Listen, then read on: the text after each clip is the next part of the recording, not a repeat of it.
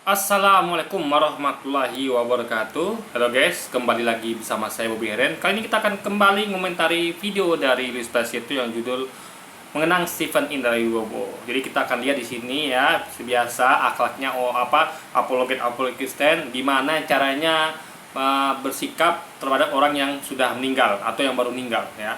Betapa tidak ada akhlaknya, betapa tidak ada etikanya ya kan, dan sopan santunnya. Ini cara mereka begini guys. Kalau kita mengharamkan untuk membicarakan seorang yang sudah meninggal ya, kecuali hanya kebaikannya. Kalau anda melihat kalau anda merasa tidak ada kebaikan, minimal anda diam gitu kan. Nah ini dia malah menyampaikan sesuatu yang di dalam sudut pandang dia tentu adalah keburukan, ya kan. Nah, sudut pandang dia tentu berbeda sama kita. Kalau kita anggap disampaikan konsep tentang kebenaran, bagi dia itu adalah sesuatu yang buruk gitu kan. Nah, jadi kalau kita ya di Islam itu punya akhlak, itu tidak boleh membicarakan orang yang sudah meninggal atau baru meninggal ya, haram ya. Kita hanya boleh membicarakan itu kebaikannya saja gitu.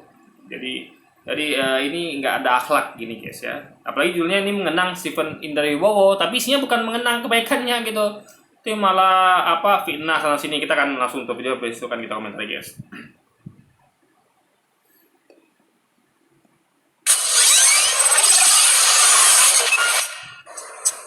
Tulis di situ Pak, makanya itu isinya bukan Alkitab Pak, itu buku panduan beli TV baru, mungkin itu dapatnya.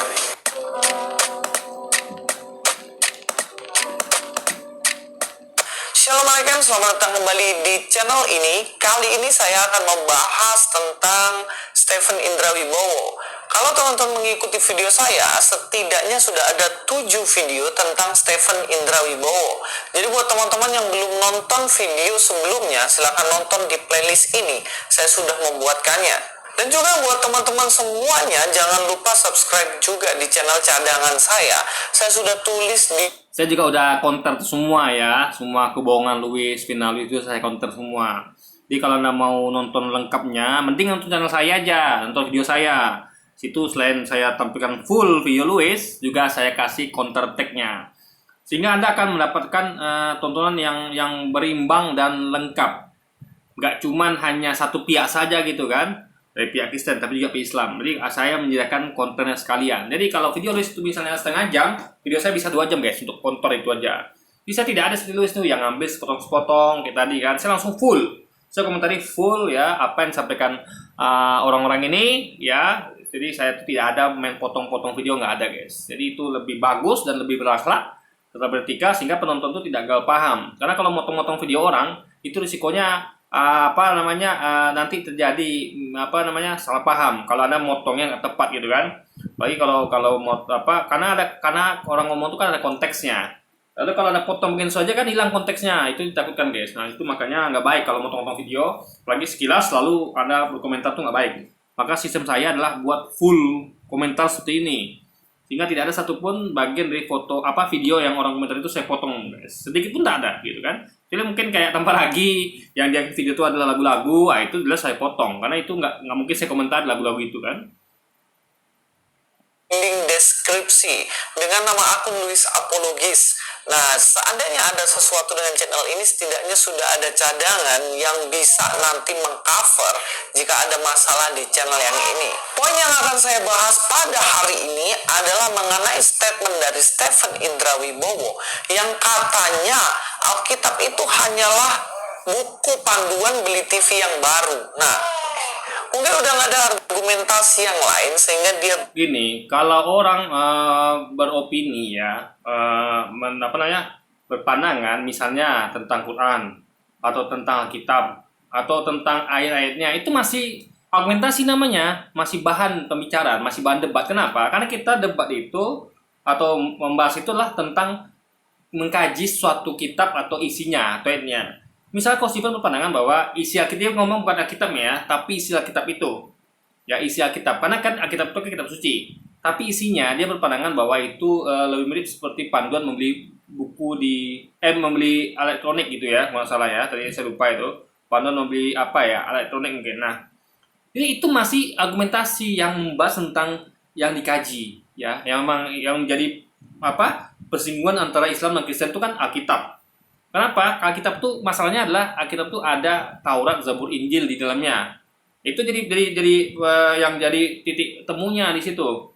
Ya, Islam membahas tentang Taurat, Zabur, Injil, bagian dari rukun iman, kepercayaan, dan di Alkitab tuh ada Taurat, Zabur, Injil. Nah, juga Islam tuh meyakini dan juga membahas, mengkaji di agama Islam itu ya, di Quran juga, di hadis itu tentang nabi-nabi, ya, Yesus, Nabi Abraham, Nabi Salomo dan lain sebagainya. Jadi itulah titik temu yang bisa dibahas karena ada persamaan di situ. Nah, tapi anehnya pihak Kristen tuh ya bahas sesuatu yang tidak ada titik temunya, yang nggak ada dibahas di Quran dan di Alkitab. Itu apa? Mereka bahas yang ada di Al-Quran, tapi tidak ada di Alkitab. Kalau tadi kita kan di pihak Islam tuh membahas yang ada di Alkitab dan di Al-Quran. Kalau mereka membahas tuh yang hanya ada di Quran, padahal itu tidak ada di kitab mereka.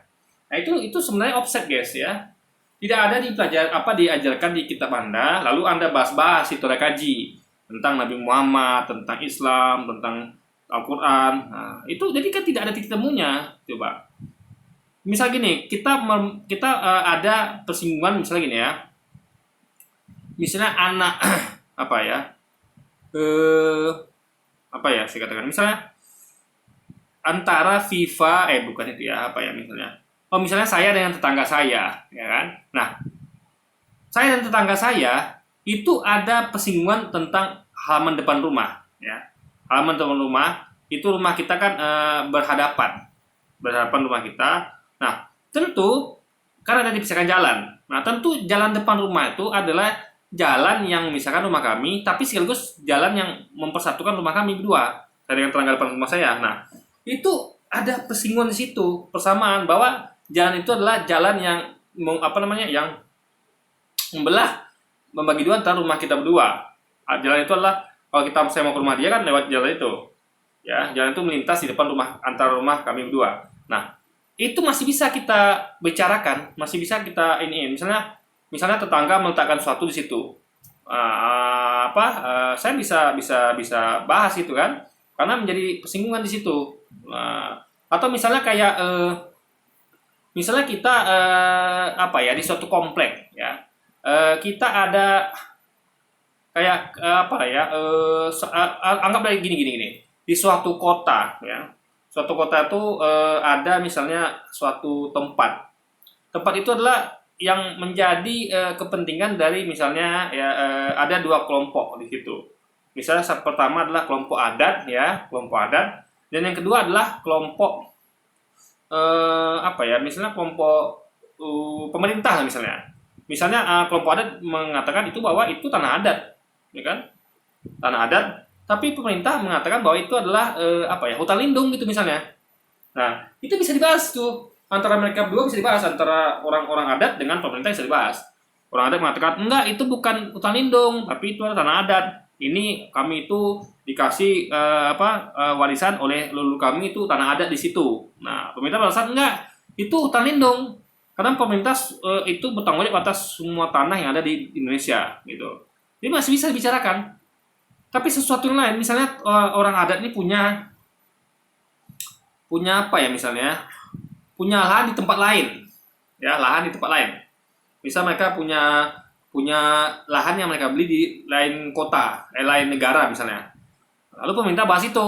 Tiba-tiba pemerintah ngomong, kalau gitu kalau ini memang lahan kamu ya, lahan adat ya, kamu serakah. Kenapa kamu serakah? Kamu udah ambil ini jadi lahan adat, kamu juga ambil beli tanah lagi di luar negeri. Lalu dibahas tentang tanah luar negeri. Tanah luar negeri itu ya, kata dia kan, itu sebenarnya nggak layak karena tanah di situ tuh kalian tuh kan seharusnya kan orang adat tuh bukan orang-orang kaya, kok bisa beli tanah di sana? Itu kan nggak masuk akal, guys. Persinggungannya adalah tanah yang di daerah yang memasuk singgungan itu, yang dimana dimiliki oleh adat ya dengan pemerintah. Mereka bisa diskusi di situ karena kepentingan bersama gitu kan. Tapi kalau tanah adat yang mereka beli sendiri dengan dana mereka di luar negeri, itu nggak ada urusannya pemerintah untuk ikut campur untuk membahas itu. Sama kayak gini, suatu yang tidak dibahas di Alkitab ya, kayak tentang Al-Quran, tentang Nabi Muhammad, tentang Islam, itu kenapa mereka bahas? Nah, sama seperti tadi, kenapa pemerintah bahas tanah adat yang orang adat tuh beli di luar negeri? apa guys, nggak nyambung guys, karena nggak ada titik temunya. Yang jadi masalah tuh kan kita sama-sama meyakini Taurat, Zabur, Injil. Nah, mereka meyakini itu juga sama kan, mereka meyakini itu ada dalam kitab mereka, kita juga meyakini itu, cuma kita meyakininya itu adalah kitab yang tadi diubah oleh manusia.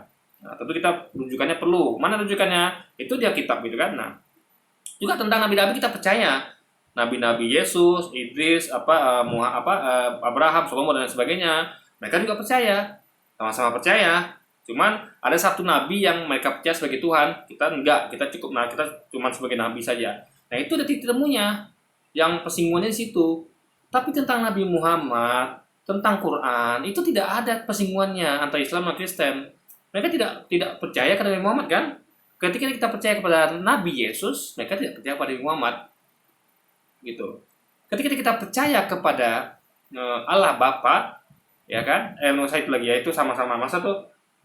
Ketika kita percaya kepada Taurat, Zabur, Injil, mereka tidak percaya pada Quran. Nah, itu masalahnya, guys. Paham ya? Ini sesuatu yang tidak mereka ada konteksnya di kitab mereka bahas. Itu offset namanya. Itu yang nggak boleh tuh, guys. Bilang seperti itu, guys. Kita langsung aja dengar videonya supaya Jadi orang yang kehabisan argumentasi, Louis ini orangnya. Kenapa? Dia ketika bahas sesuatu tuh bukan bahas yang menjadi persinggungan. Yang tadi saya katakan dia bahas tentang, kadang-kadang dia bahas tentang ayat Quran, kadang bahas tentang hadis, ya kan? Tentang Nabi Muhammad. Nah, itu yang kehabisan bahan ya. Suatu yang tidak menjadi titik temu, persinggungan. Lalu kedua, itu masih mending gitu kan. Masih ada yang dibahas, yaitu tentang kajian topik yang dibahas, fokusnya pada tentang agama. Oke, masih make sense lah ya, walaupun sunnah offset. Tapi ada yang parahnya, guys. Dia bahas tentang orang. Ya, orang ini ternyata bukan pendeta, orang ini mualaf abal-abal. Itulah tipe orang kehabisan bahan, ya. Kita tuh kalau mencari kebenaran agama, ya kita bahas tuh kitab sucinya, agamanya, bukan orang-orangnya, bukan oknum-oknumnya. Meskipun banyak sekali saya temukan ya, pendeta misalnya cabul, pendeta misalnya melakukan banyak kesalahan, dosa, maksiat, ya itu tidak pernah saya bikinkan konten gitu untuk nyerang-nyerang pendeta-pendeta, nyerang-nyerang umat Kristiani, nggak pernah. Saya bahas isi argumentasi tentang Alkitabnya gitu, ya kan? Apa yang dikaji tentang agama, kita bahas agama. Itu yang menjadi persinggungan kan, agama itu kan. Ya, tapi ketika mereka ya bahas tentang orang ini, ya saya wajib membela gitu kan. Nah, jadi kalau mereka tidak seperti ini metodenya, saya tidak mengkonter dengan cara begini pula. Dan saya pun mengkonternya, saya bahas itu argumentasinya, bukan orangnya. Bisa Louis mengatakan bahwa ijazah Coach Stephen itu palsu, atau dia bohong, tidak pernah seperti dia katakan kuliah di sana sini gitu kan. Nah, itu saya counter argumentasinya. Tapi saya tidak nyerang orangnya gitu. Saya tidak mengatakan sebaliknya, misalnya, Louis itu sendiri pendeta palsu. Louis itu sendiri adalah bukan pendeta, atau Louis sendiri adalah pendetanya abal-abal. Nggak, saya bahas seperti itu, karena saya fokus pada argumentasinya. Nah, orang-orang yang nggak bisa argumentasi akan fokus pada orangnya, guys. Kita kan mencari kebenaran agama, ya, bukan bahas tentang kebenaran oknum-oknumnya atau umatnya gitu kan. Anda mencari kebenaran itu bukan dari oknumnya, tapi dari agamanya gitu loh, kitab sucinya. Nah, ini misalnya gini, ketika Anda melihat hukum di suatu negara, ya, Anda bandingkan nih, hukum di negara mana, masa tuh hukum ini bukan prakteknya ya, ingat bukan prakteknya, tapi hukum kitabnya gitu, kitab hukum pidana mana yang lebih baik antara Indonesia dengan Amerika misalnya. Nah, itu ketika Anda mencari kebenaran, kitab mana yang kitab hukum mana yang lebih baik dalam logikanya ya untuk diterapkan, ya Anda bahas tentang kitab hukum pidananya. Kalau Indonesia itu namanya KUHP kan, kitab undang-undang hukum pidana. Kalau Amerika saya nggak tahu namanya, guys. Justice of Love atau apa gitu kan. Nah, itu Anda bahas. Nah, bukan Anda bahas oknumnya. Lalu Anda lari misalnya kita bahas kan, hukum Amerika lebih baik pada di Indonesia. Buktinya, lihat tuh, Indonesia ada kasus Ferdy Sambo. Indonesia ada kasus Kanjuruhan. Indonesia ada kasus apa lagi misalnya, KM 50. Bukan itu mencari kebenaran tentang agama atau tentang hukum kitabnya, enggak, bukan bahas orangnya. Nih Luis tengok di kontennya nih banyak sekali membahas tentang ulama-ulama, ustadz-ustadz, mualaf-mualaf. Itulah ciri orang kehabisan argumentasi. ya kan? Orang mencari itu kebenaran, bukan kesalahan oknum, ya, bukan fitnah-fitnah oknum, bukan fitnah-fitnah orang, gitu guys. Yang kita bahas adalah kitab sucinya, agamanya, gitu, bukan orangnya. Nah, inilah sebenarnya Luis ini tanpa sadar ya, atau mungkin dia sadar, teman dia lanjut aja gas terus ya. Tapi saya yakin dia nggak sadar itu, mana paham hal begitu guys. Dia inilah orang-orang yang kehabisan argumentasi. Kalau Ustadz Kosipen tadi ya, dia mendeskripsikan seperti apa dia eh, merumuskan bahwa isi Alkitab seperti apa gitu, menganalogikan. Nah itu hal yang sah-sah saja ya, masih bicara tentang agama, kitab suci, bukan bicara tentang orang-orangnya guys. Ini gampang untuk kita dapat mereview dan mengcounter apa yang menjadi tuduhan dari Stephen Indrawibowo. Langsung saja guys, nggak usah berlama-lama lagi. Mereka tulis di situ Pak, makanya itu isinya bukan Alkitab Pak. Itu buku panduan beli TV baru, mungkin itu dapatnya. Sekarang jelas ya bahwa Stephen Panduan beli TV baru, bukan panduan beli alat remnya guys. Indrawibowo sendiri yang mengatakan bahwa Alkitab itu ditulis sendiri oleh orang Kristen dan di situ isinya buku panduan untuk beli TV baru, TV yang baru kita dapat buku panduan seperti itu. Benarkah seperti itu? Ya jelas enggak dong guys. Nuduh tuh Mbok Yoyan. Bukan buku panduan, bukan beli TV baru dapat buku panduan, enggak. Buku panduan untuk beli TV yang baru. Belinya jelas nggak paham guys. Masa dia nggak bisa bedakan ya? Ustadz Kosipen mengatakan seperti analogi, dia kan mengasih analogi nih ya, seperti beli buku panduan untuk TV baru, paham ya? Seperti ada beli panduan TV baru, beli TV baru gitu. Jadi buku itu memandu kita untuk membeli TV baru. Ini buku tuh semacam kayak katalog TV merek ini, tipenya apa saja, apa kelebihan kekurangannya, harganya berapa. Itu yang dimaksud. Bukan kita beli TV, lalu kita dapat buku panduannya, bagaimana cara ngidupkan TV ini, bagaimana cara lawannya, bukan. Jadi itu dua hal yang berbeda. Nah, itu aja Luis nggak paham coba.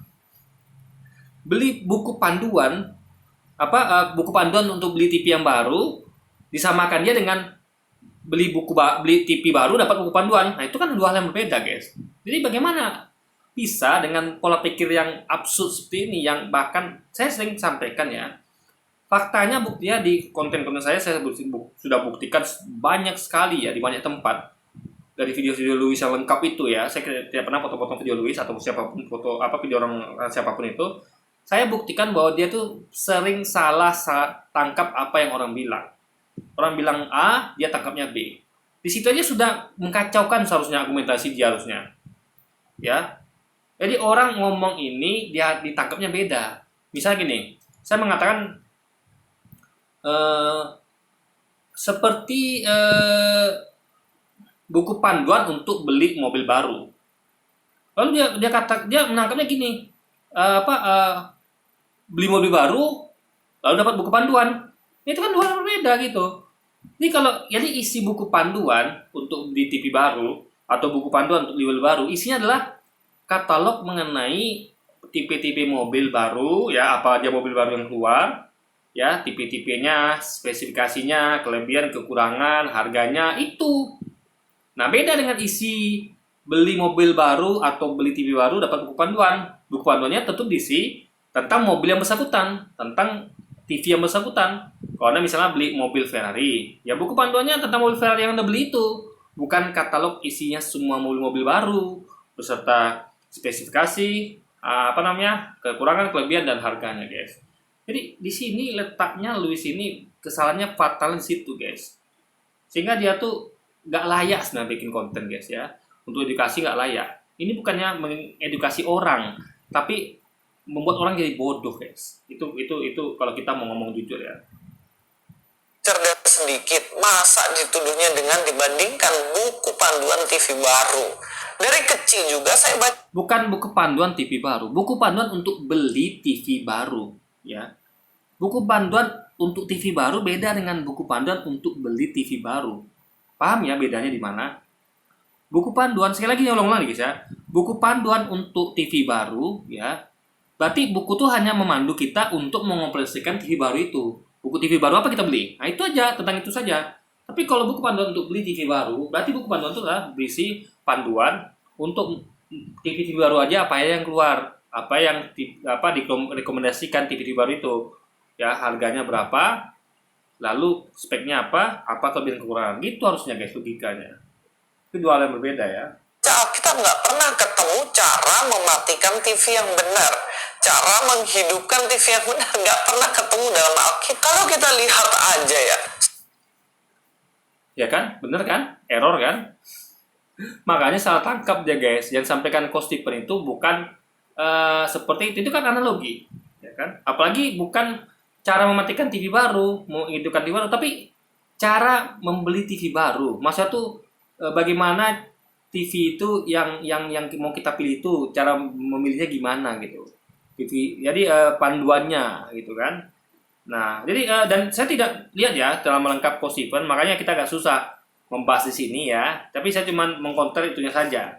Karena untuk mengcounter itu kan kita harus dengar dulu. Makanya Luis ini lebih baik dia sampaikan potongan videonya lebih panjang lagi. Tapi kan dia ada bahas tentang hal itu aja. Sehingga kita tidak melihat apa sebenarnya menjadi dasar bagi Coach Stephen menganalogikan seperti itu gitu loh. Nah, itu jadi kita pun bisa berkomentar banyak guys. Yang penting poinnya situ Luis sudah salah ya. Fakta Luis sudah salah gitu.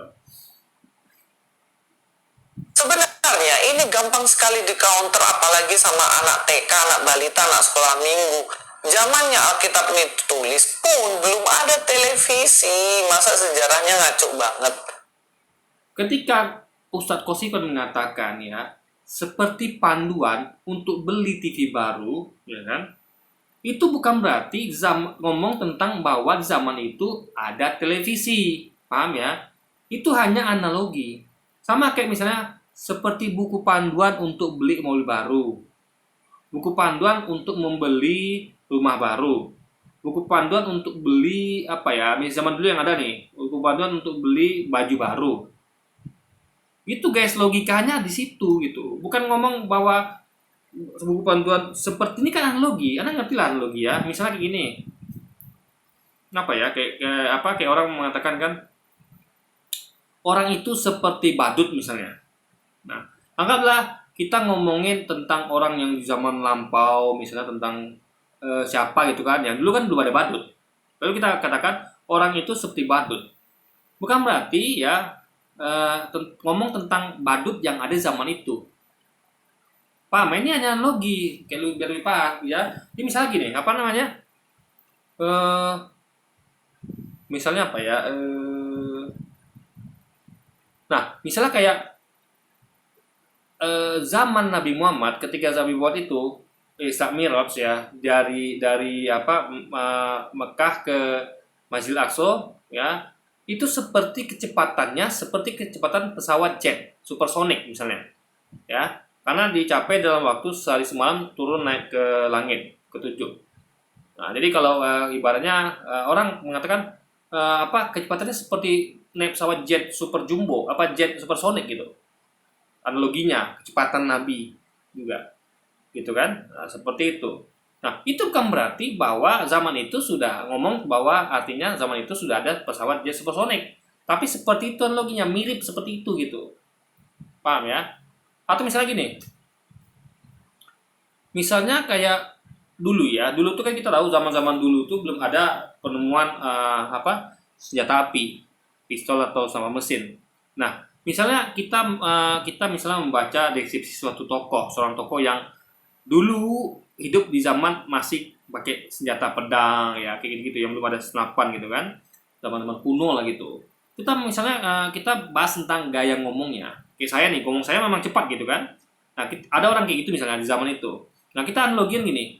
Misalnya kita ngomong tentang anggaplah tokoh itu ngomongnya seperti itu kan, cepat gitu kan. Nah, kita analogikan dengan tokoh ini ya. Kalau ngomong tuh ya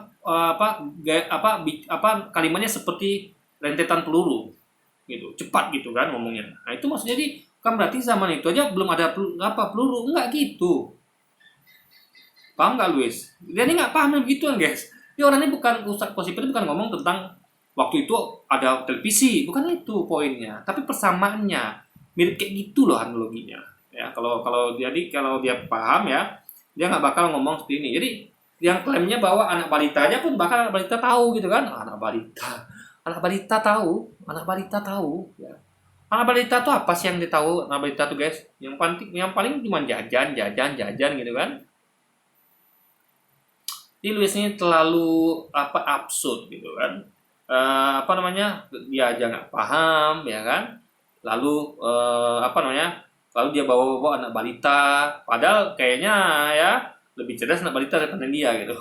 Anak balita paling kalau kita ngomong dia masih nangkap, kayak anak saya ngomong itu karena saya guys, karena saya tuh masih 5 tahun loh, berarti kan masih balita. Belum ya, 5 tahun masih belum balita, udah lewat balita, karena kan bawah 5 tahun, tapi kayaknya 5 tahun bisa lah ya balita ya, bawah 5 tahun kan masuk dia 5 tahun mungkin. Nah itu anak saya tuh ya, kalau saya ngomong tuh dia nangkap terus guys, nggak pernah dia tuh saya ngomong A dia tuh tangkapnya B, nggak pernah. Berarti lebih cerdas anak saya daripada Luis itu kan. Kalau dia banyak momen yang saya buktikan di konten-konten saya ya, banyak sekali di banyak tempat dia tuh salah tangkap orang ngomong. Berarti faktanya daya tangkap anak saya itu lebih baik daripada dia, dan tentu lebih cerdas anak saya dibanding dia gitu kan. Kalau Alkitab sebagai tutorial memperbaiki atau merawat keledai, mungkin Bukan tutorial memperbaiki itu merawat keledai ya. Panduan ya, ada apa itu tutorial? Untuk beli TV baru. Jadi untuk memilih TV guys, TV mana yang terbaik gitu. Paham ya? Itu beda dengan memperbaiki TV rusak. Enggak beda, itu hal beda. Cuma saya nggak bisa nyampaikan di sini kenapa Coach Stephen itu asalnya menyampaikan seperti itu analoginya. Karena saya nggak nonton bahannya, nggak nonton apa yang di dasar Coach Stephen ngomong begitu. Sayangnya Luis tampilkan di sini. Nah ini kacaunya guys. Makanya lebih baik kayak saya buat video lengkap begini, sehingga kita tuh bisa mengomentari utuh tanpa ada potong-potong, sehingga penonton pun bisa lihat keseluruhannya. Nggak ada di sini tuh trik-trik potong-potong video lalu kita komentari sehingga kita gak paham gitu kan. Di situ guys yang harus kita jaga di konten-konten saya ini gitu kan. yang masih masuk akal lah ini dibandingkan dengan TV yang bahkan pada zaman Tuhan Yesus sendiri belum ada. Yang kedua, teman-teman Stephen Indra Wibowo sendiri itu mencari nubuatan di dalam Alkitab. Nubuatan tentang siapa ya? Tentunya nubuatan tentang, karena gini, kalau Anda ketahui ya, setiap nabi itu tentu dinubuatkan. Tentang Nabi Yesus dinubuatkan, Nabi Musa dinubuatkan. Jadi gunanya nubuat itu apa? Agar umat-umat sebelumnya itu siap akan kedatangan Nabi baru. Agar mereka tuh bisa terhindar dari tipuan orang-orang yang ngaku nabi. Paham ya? Logikanya begitu. Tuhan, logiknya ya, Tuhan tuh akan selalu menginformasikan tentang datangnya Nabi baru. Biar kita nih tahu, waspada. Contoh misalnya di kompleks saya nih ya, anggaplah tidak ada pemilihan RT, pemilihan RW nggak ada ya. Kalau itu kan kita udah tahu nih bahwa tiap 5 tahun ada pemilihan RT RW. Nah, atau anggaplah ada gitu kan. Nah, kita akan diberitahu nanti misalnya RW ini anggaplah bukan dari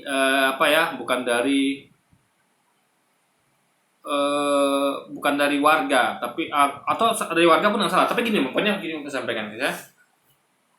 Jadi misalnya anggaplah yang berwenang untuk menentukan RT RW baru ya di tempat kita masing-masing itu mengumumkan bahwa nanti bukan gitu ya, anggaplah kayak klub bola lah, atau klub bola gampangnya ya, itu beda juga dengan lain ya. Anda bisa pakai analoginya ke lain, ke perusahaan atau kemana pun itu. Anggaplah klub bola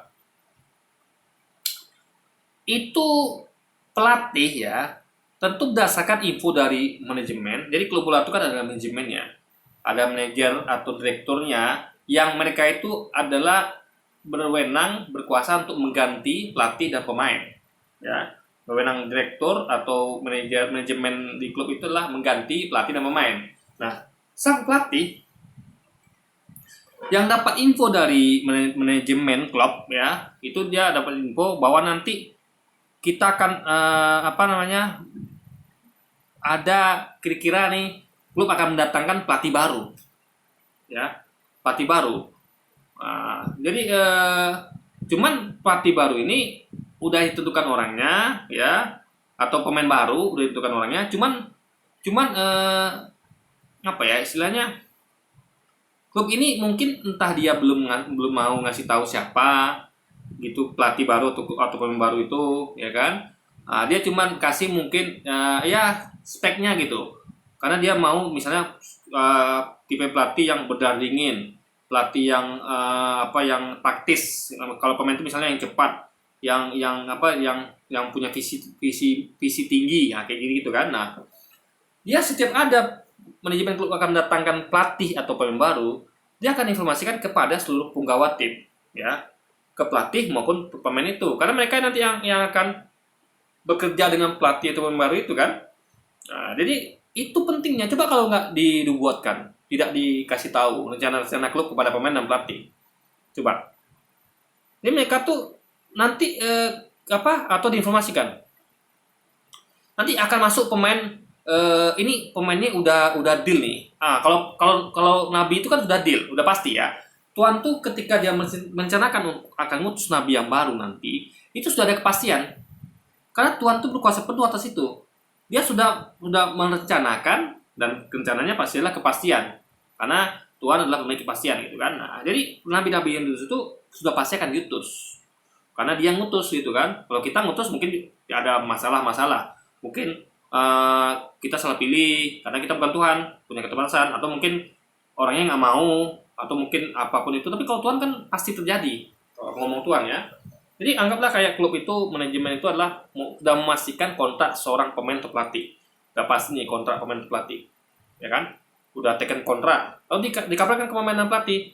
Nanti dalam jangka waktu 2 minggu lagi akan masuk pemain baru, ya. Akan masuk pelatih baru. Ya, misalnya namanya adalah Filippo Inzaghi kalau pemain, atau pelatih namanya adalah Jurgen Klopp, misalnya gitu kan.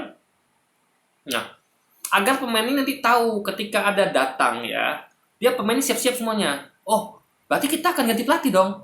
Kalau ganti pelatih, berarti aku harus mempersiapkan dengan karakter pelatih baru ini. Nah, dia akan berusaha membiasakan diri untuk mempelajari pelatih baru ini, sehingga nanti dia tuh bisa berinteraksi dengan baik dengan pelatih baru ini, bisa mengikuti petunjuknya, pelatihannya gitu kan.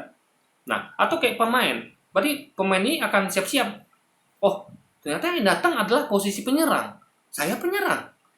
Berarti penyerang klub kita sekarang ada 5.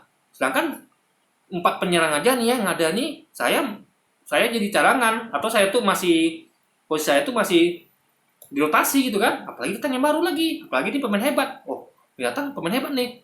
Nah, jadi orang ini bisa antisipasi. Jadi entah dia tuh, kalau dalam hal ini ya tentu entah dia nih, kan ini beda sama Nabi ya. Anggaplah yang penting dia tuh akan antisipasi, entah dia tuh mau keluar dari klub, pindah ke klub lain, atau dia akan berarti kok harus lebih keras lagi latihannya nih, kayak gitu ya. Nah, dan ketika nanti pemain ini datang, ya, dia tahu bahwa inilah pemain atau pelatih yang dikatakan dibuatkan klub, yang diinformasikan klub. Nah, mereka paham, jadi mereka tuh langsung welcome datang pelatih dan pemain baru itu. Langsung kan, oh ini pemain pelatih barunya, langsung bilang hai, selamat datang. Nah, ya kan, kamu yang pemain yang dibuatkan ya, kamu pemain yang disampaikan klub bahwa akan didatangkan ya, selamat datang gitu kan, enak guys. Coba kalau mereka tidak tahu, tiba-tiba datang pemain itu, ya kan, datang pelatih itu, mereka bingung, ini siapa ini? Sama gini contohnya, nih ya logikanya. Di tempat saya bekerja dulu ya, dulu saya kerja di hotel, itu guys ya, kami punya manajer baru. Manajer saya kan kerja di FB ya, Food and Beverage ya, satu departemen yang ada di hotel. Nah, itu kami ada pergantian manajer. Manajer lama kami dulu nggak salah itu namanya Bu Eka, itu pindah digantikan dengan Pak Isaryadi, atau kami manggilnya Pak Yadi. Nah, itu guys, saya nggak tahu kenapa ya, kayaknya tidak diumumkan ke semuanya. Nggak diumumkan ke seluruh staff gitu kan. Cuman diumumkan ke kitanya, kita sebagai anak FB ya, anak Food and Beverage itu diumumkan kalian, bahkan kan karena ada acara perpisahan juga gitu kan.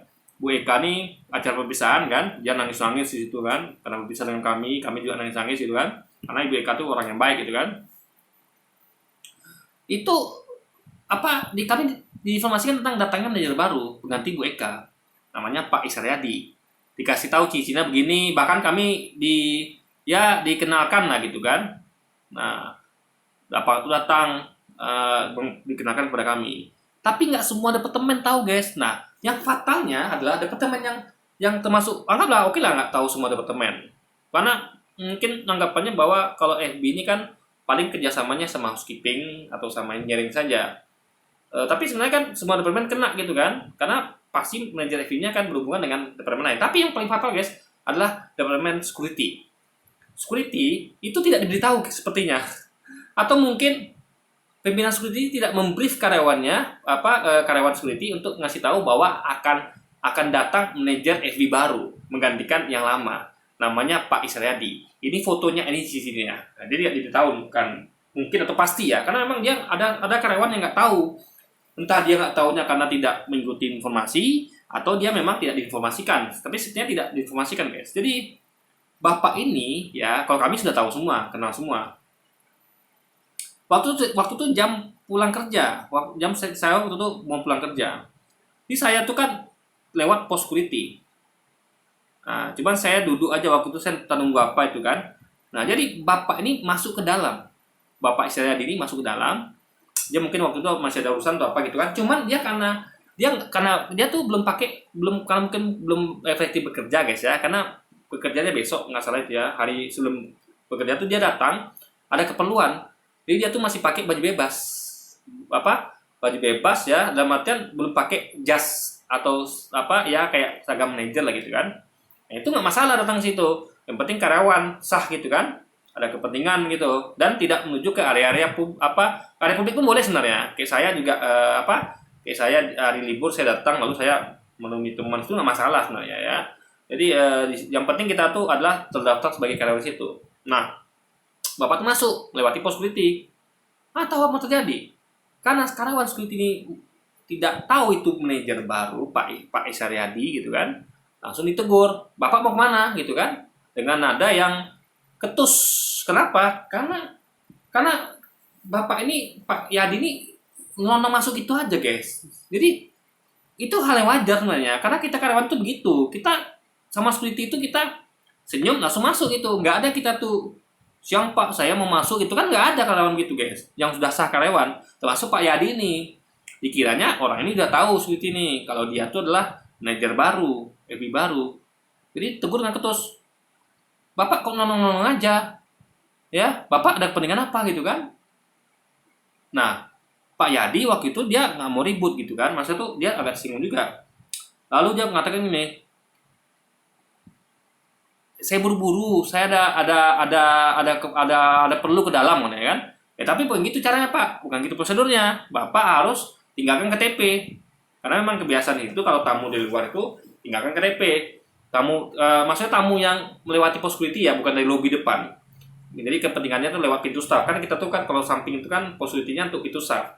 Karena itu kan bukan buat tamu. Makanya orang-orang situ kan kalau selain karyawan tuh, misalnya kayak ada tamu dan pintas itu kan, ada tamu-tamu tertentu tuh yang suka dan pintas, dia suka lewat pintu karyawan. Karena mungkin tidak pengen diketahui oleh publik kan, kayak artis gitu kan, pakai akses gitu guys. Atau kayak kayak pemasok hotel gitu kan, atau apapun itu di situ gitu kan. Nah, jadi disuruh tinggalkan KTP dan disuruh pakai kartu kartu pengenal lah gitu. Kalau dia ini adalah sebagai apa masuk dalam gitu. Nah, jadi bapak itu lalu saya yang maju guys waktu itu. Saya katakan saya waktu siapa namanya saya lupa, tapi saya bilang saya manggilnya Jack. Setiap orang di hotel itu saya panggil Jack guys. Jack, bentar Jack. Saya bilang kan, ini bapak ini Pak Yadi, ini manajer baru di FB baru di hotel kita. Kamu nggak tahu ya? Dia bilang kan, nggak tahu aku, kata dia gitu kan. Wah, kok bisa nggak tahu nih? Saya katakan kan. Soalnya kami semuanya tahu nih FB. Saya nggak tahu nih. Ya nggak ada kata saya dikasih tahu tadi kan. Wah, berarti itulah. Jadi saya tahu kan. Akhirnya dia minta maaf kan. Maaf Pak ya, saya nggak tahu bapak ini manajer FB baru. Oh ya udah nggak apa-apa, ada Bapak Yadi ini. Bapak Yadi ini orangnya slow pula deh kan, masuk dia. Nah, Jadi begitu yang terjadi guys. Jadi kalau tidak ada nubuatan atau informasi, nubuatan itu kan informasi tentang yang akan datang ya, itu nanti ada kekacauan gitu.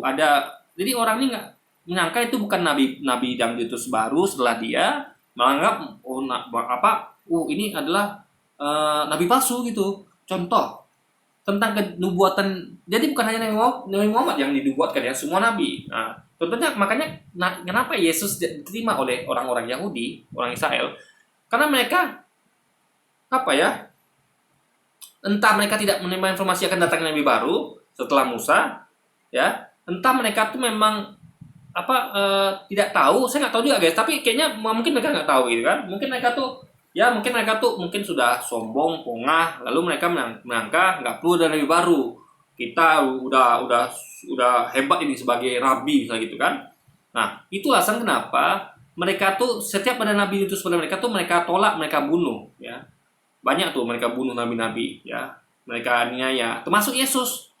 Dalam versi Kristen kan dia mati dibunuh, disalib. Nah, itu adalah kelakuan dari orang Yahudi ya.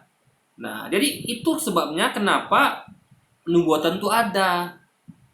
Ya, dan harus dipercayai. Kalau tidak, ya jadilah kasus-kasus kayak Yesus dan nabi-nabi yang dibunuh oleh orang-orang Israel. Ya kan? Nah, makanya guys, dan makanya Yesus itu mengatakan ya, Yesus juga menubuatkan tentang ada nabi yang datang setelah dia mengatakan dengan istilah seorang penolong yang lain. Karena Yesus kan adalah seorang penolong, seorang juru selamat. Juru selamat itu namanya adalah penolong. Mesias gitu kan. Nah, Yesus adalah seorang penolong. Dia mengatakan ya, sesungguhnya aku akan pergi. Aku belum dapat mengatakan semuanya kepada kalian. Nah, ketika dia mengatakan aku belum dapat mengatakan seluruhnya kepada kalian, artinya kan wahyu atau firman yang disampaikan pada dia itu baru setengah atau belum kelar. Jadi belum dapat dikatakannya semua. Berarti ada penggalan yang belum selesai guys. Ngerti ya, kalau saya mengatakan ya, sesungguhnya aku belum dapat mengatakan seluruhnya kepada kalian. Kalau saya berkata seperti ini, ya seperti yang Yesus ucapkan, itu artinya saya merasa atau saya mengetahui bahwa yang saya sampaikan ini belum semuanya.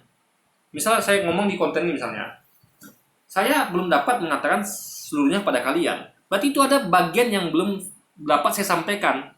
Nah, itu poinnya ya. Berarti belum genap berarti. Belum saya genapi. Nah, itu poinnya. Makanya saya katakan, apalagi sambung dengan kalimat ya, tapi aku akan minta kepada Bapa ya, untuk mengutus seorang aku akan meminta pada Bapa untuk mengutus seorang penolong yang lain.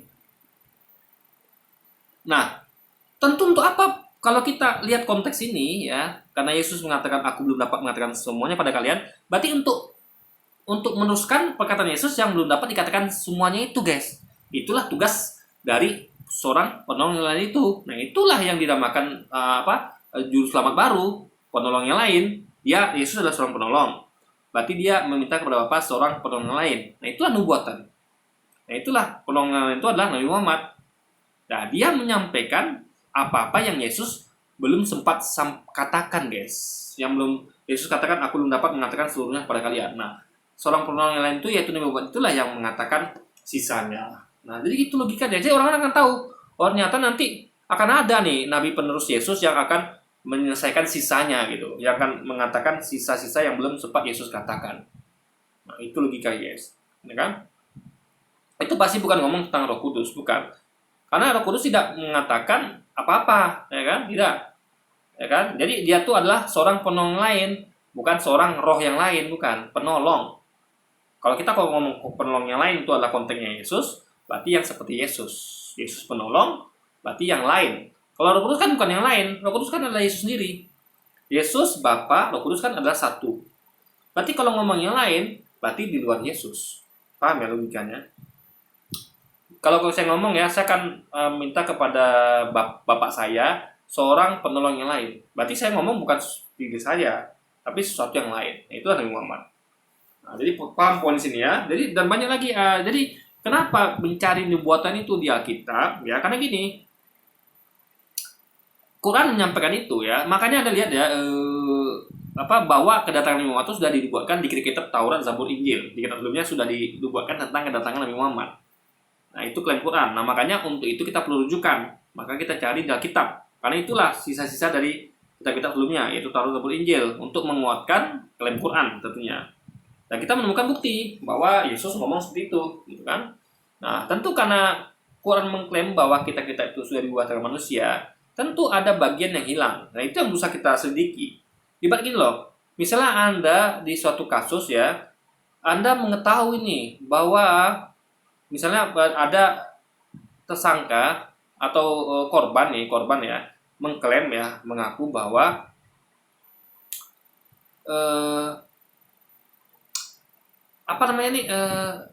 TKP itu sudah diubah oleh pelaku, ya kan? TKP sudah diubah oleh pelaku. Nah, jadi informasi ini yang dipakai oleh penyidik untuk mengolah TKP, ya, dia mencari evidence dari perkataan dari korban ini, ya, yang mana apa sih buktinya dari korban ini mengatakan hal itu. Nah, dia cari di TKP, benar nggak sih bahwa TKP ini sudah diubah oleh pelaku, misalnya kayak Fedy Sambo kemarin, ya. Nah, dia kan mengubah TKP itu, menghilangkan CCTV. Nah, itu misalnya klaim dari salah satu tersangka, misalnya salah satu Baradae atau siapa itu kan mengatakan bahwa bersaksi bahwa Pak Fedy Sambo ini menembakkan senjata ke dinding agar merubah TKP, dalam artian nggak kelihatan kalau itu sebenarnya adalah bukan baku tembak, tapi memang pembunuhan kepada Brigadir J. Nah, itu disampaikan pelaku yang lain, itu Baradae, kalau saya nggak salah ya. Salah satu pelaku lah ibaratnya, selain Fedy Sambo. Nah, itu penyidik untuk mencari bukti dari klaim dari tersangka ini, ya ke lokasi. Benar nggak sih ada bekas-bekas itu, ya, peluru yang tembakan ke dinding? Ternyata ditemukan. Oh, memang ada ini tembakan ke dinding.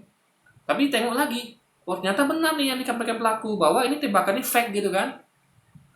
Dari sudut tembak segala macam kan diteliti. Nah, jadi seperti itu guys. Jadi apa yang disampaikan oleh tentang nubuatan itu metodologis, logis gitu, nggak sembarang-sembarangan seperti yang dipahami atau tulis ini guys. Nabi Anda, lah ngapain Nabi Anda dicari di buku panduan TV baru? Kalau memang itu buku panduan membeli TV baru, tolonglah kompak dikit. Jadi itu bukan analogi. Anda tahu nggak analogi ya? Misalnya apa ya yang cocoknya ya, buku panduan untuk beli TV baru. Nah gini misalnya gini. Apa yang cocok ya? Saya masih bingung guys. Karena kita harus lihat konteks dari Coach Steven ngomong itu. Makanya saya cari perbandingan yang agak cocok, yang miripnya itu ya. Bentar, saya mikir dulu ya. Seperti kalau kita membandingkan seperti membeli seperti panduan membeli TV baru. Berarti kita sama seperti ngomongin apa ya? Tadi kan ngomong Alkitab, cuman istilah kita yang mana gitu kan? Anggaplah kita ngomong suatu buku ya, beli panduan TV baru. Seperti buku panduan TV baru. Nah,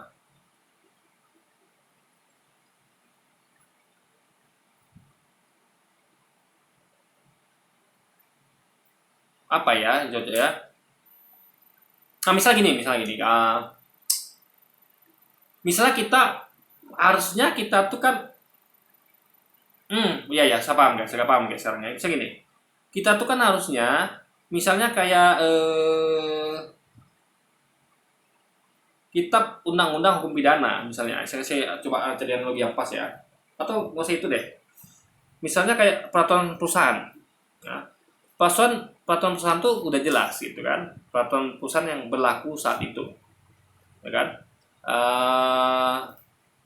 Dan ada revisi. Nah, revisi ini bentar, ini agak susah sedikit guys, karena saya tidak melihat materi dari Coach Steven. Saya hanya bisa membayang-bayangkan saja, mencari yang pas analoginya. Misalnya kayak apa ya, susah juga guys, karena saya tidak melihat bahannya. Tapi intinya gini loh, itu hanya analogi ya. Misalnya kayak saya misalnya apa lagi ya, ini karena susahnya kalau saya tidak melihat ininya guys. Makanya itulah kelemahannya kalau tidak menonton videonya lengkap gitu kan, potong-potongan. Jadi kita tuh mencari perbandingan pas sendiri gitu kan, ini agak susah. Jadi sesuatu yang dianalogikan bukan seperti itu. Misalnya kayak gini lah. Perbuatannya seperti ular. Perbuatan seperti ular. Apakah di situ ada ngomong tentang ular? Ada. Tapi bukan kita ngomong ular makhluknya, tapi kelakuan ular. Jadi kelakuan ular itu dibandingkan dengan kelakuan orang. Jadi ngomong tentang kelakuannya. Lalu kalau ngomong tentang panduan beli TV baru, kita bukan ngomong tentang TV baru, bukan. Tapi caranya itu seperti kayak beli TV baru, paham nggak? Nah, ini jadi logika gini guys ya. Misalnya Anda katakan cara dia itu untuk ini gampangnya. Cara dia untuk memilih pasangan itu sama kayak buku panduan beli TV baru. Paham ya? Jadi ya ngomongin sesuatu yang lain. Misalnya bandingkan cara memilih pasangan dengan cara memilih TV baru, buku panduan beli TV baru. Nah, jadi kayak gitu guys. Jadi ini nggak bisa. Jadi kita ngomong tentang hal ini, jangan samakan dengan ini. Jadi nggak ada sangkut pautnya sebenarnya sama TV baru ya, dalam konteks barangnya. Nggak ada hubungannya. Tapi ngomong tentang perbandingannya. TV baru itu dibandingkan dengan apa gitu. Sama kita orang dibandingkan dengan ular. Ya, jadi kita ngomong ya kelakuan seperti ular, berarti kita bukan ngomong ular secara makhluk. Nggak ada sangkut pautnya dengan ular sebagai makhluk, tapi hanya mengenai kelakuannya. Kita bandingkan antara orang dengan ular. Jadi ada perbandingan yang beda dari itu. Nah, kali tadi kan pasangan dibandingkan dengan TV baru. Jadi spek pasangan itu ya, kita pengen pasangan tuh kayak anggap TV baru tuh kita cari yang murah, yang berkualitas. Nah, kita cari pacar kayak gitu ya pasangan atau istri kan. Kita cari yang murah, dalam artian kita tuh menafkainya murah gitu. Dia cukup dikasih sejuta sebulan atau dia tuh berkualitas, dia cantik segala macam. Jadi sifat-sifatnya guys gitu. Jadi TV baru tuh hanya bukan barang yang dibahas, tapi sifat-sifat TV baru tuh yang seperti apa yang jadi panduan untuk kita membelinya gitu loh guys. Jadi membandingkan dua hal yang tapi tidak ngomong tentang benda yang dibandingkan satu lagi tuh, tapi hanya karakteristik yang sama, sifat-sifat dan spek-spek yang sama gitu guys. Itu perlu dipahami. Di Lewis ini nggak paham yang begituan gitu. Makanya gimana dia mengatakan bahwa anak balita aja sudah bisa gitu kan? Dia aja nggak bisa.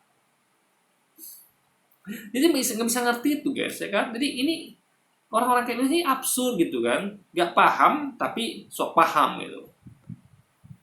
Anda dengan teman-teman Anda suka cari nubuatan Nabi dalam Alkitab, kok dihina Alkitab, katanya buku panduan beli TV baru. Yang lebih sadis lagi Karena itu bukan penghinaan ya. Kalau kita ngomong analogi ya, buku panduan beli TV baru. Karena gini ya, Alkitab itu tetap diakui sebagai buku panduan. Karena kita tahu kitab suci adalah petunjuk, panduan bagi manusia. Ini sebenarnya bukan penghinaan. Cuman dianalogikan, jadi sama kayak mengatakan bahwa buku panduannya itu salah, itu memandunya salah itu berarti guys. Jadi misal gini ya, kita merasa bahwa misal gini, ada buku panduan, misalnya panduan untuk panduan untuk memilih istri. Nah itu kan harusnya panduannya adalah misalnya istri itu harus cantik ya kan, karena untuk kita tuh selamanya guys, biar kita tuh nggak gampang selingkuh, istri itu harus baik gitu kan. Nah 2 poin itulah kita sampaikan dulu kan. Lalu itu kan panduan yang benar ya kan. Nah lalu kita mau kasih perbandingan yang lain yang itu nggak sesuai dengan itu, tentunya kebalikannya kita bandingkan dengan cara memilih cara memilih apa ya dibandingnya yang bertolak belakang dengan pasangan baru itu, cara memilih apa lah ya, cara memilih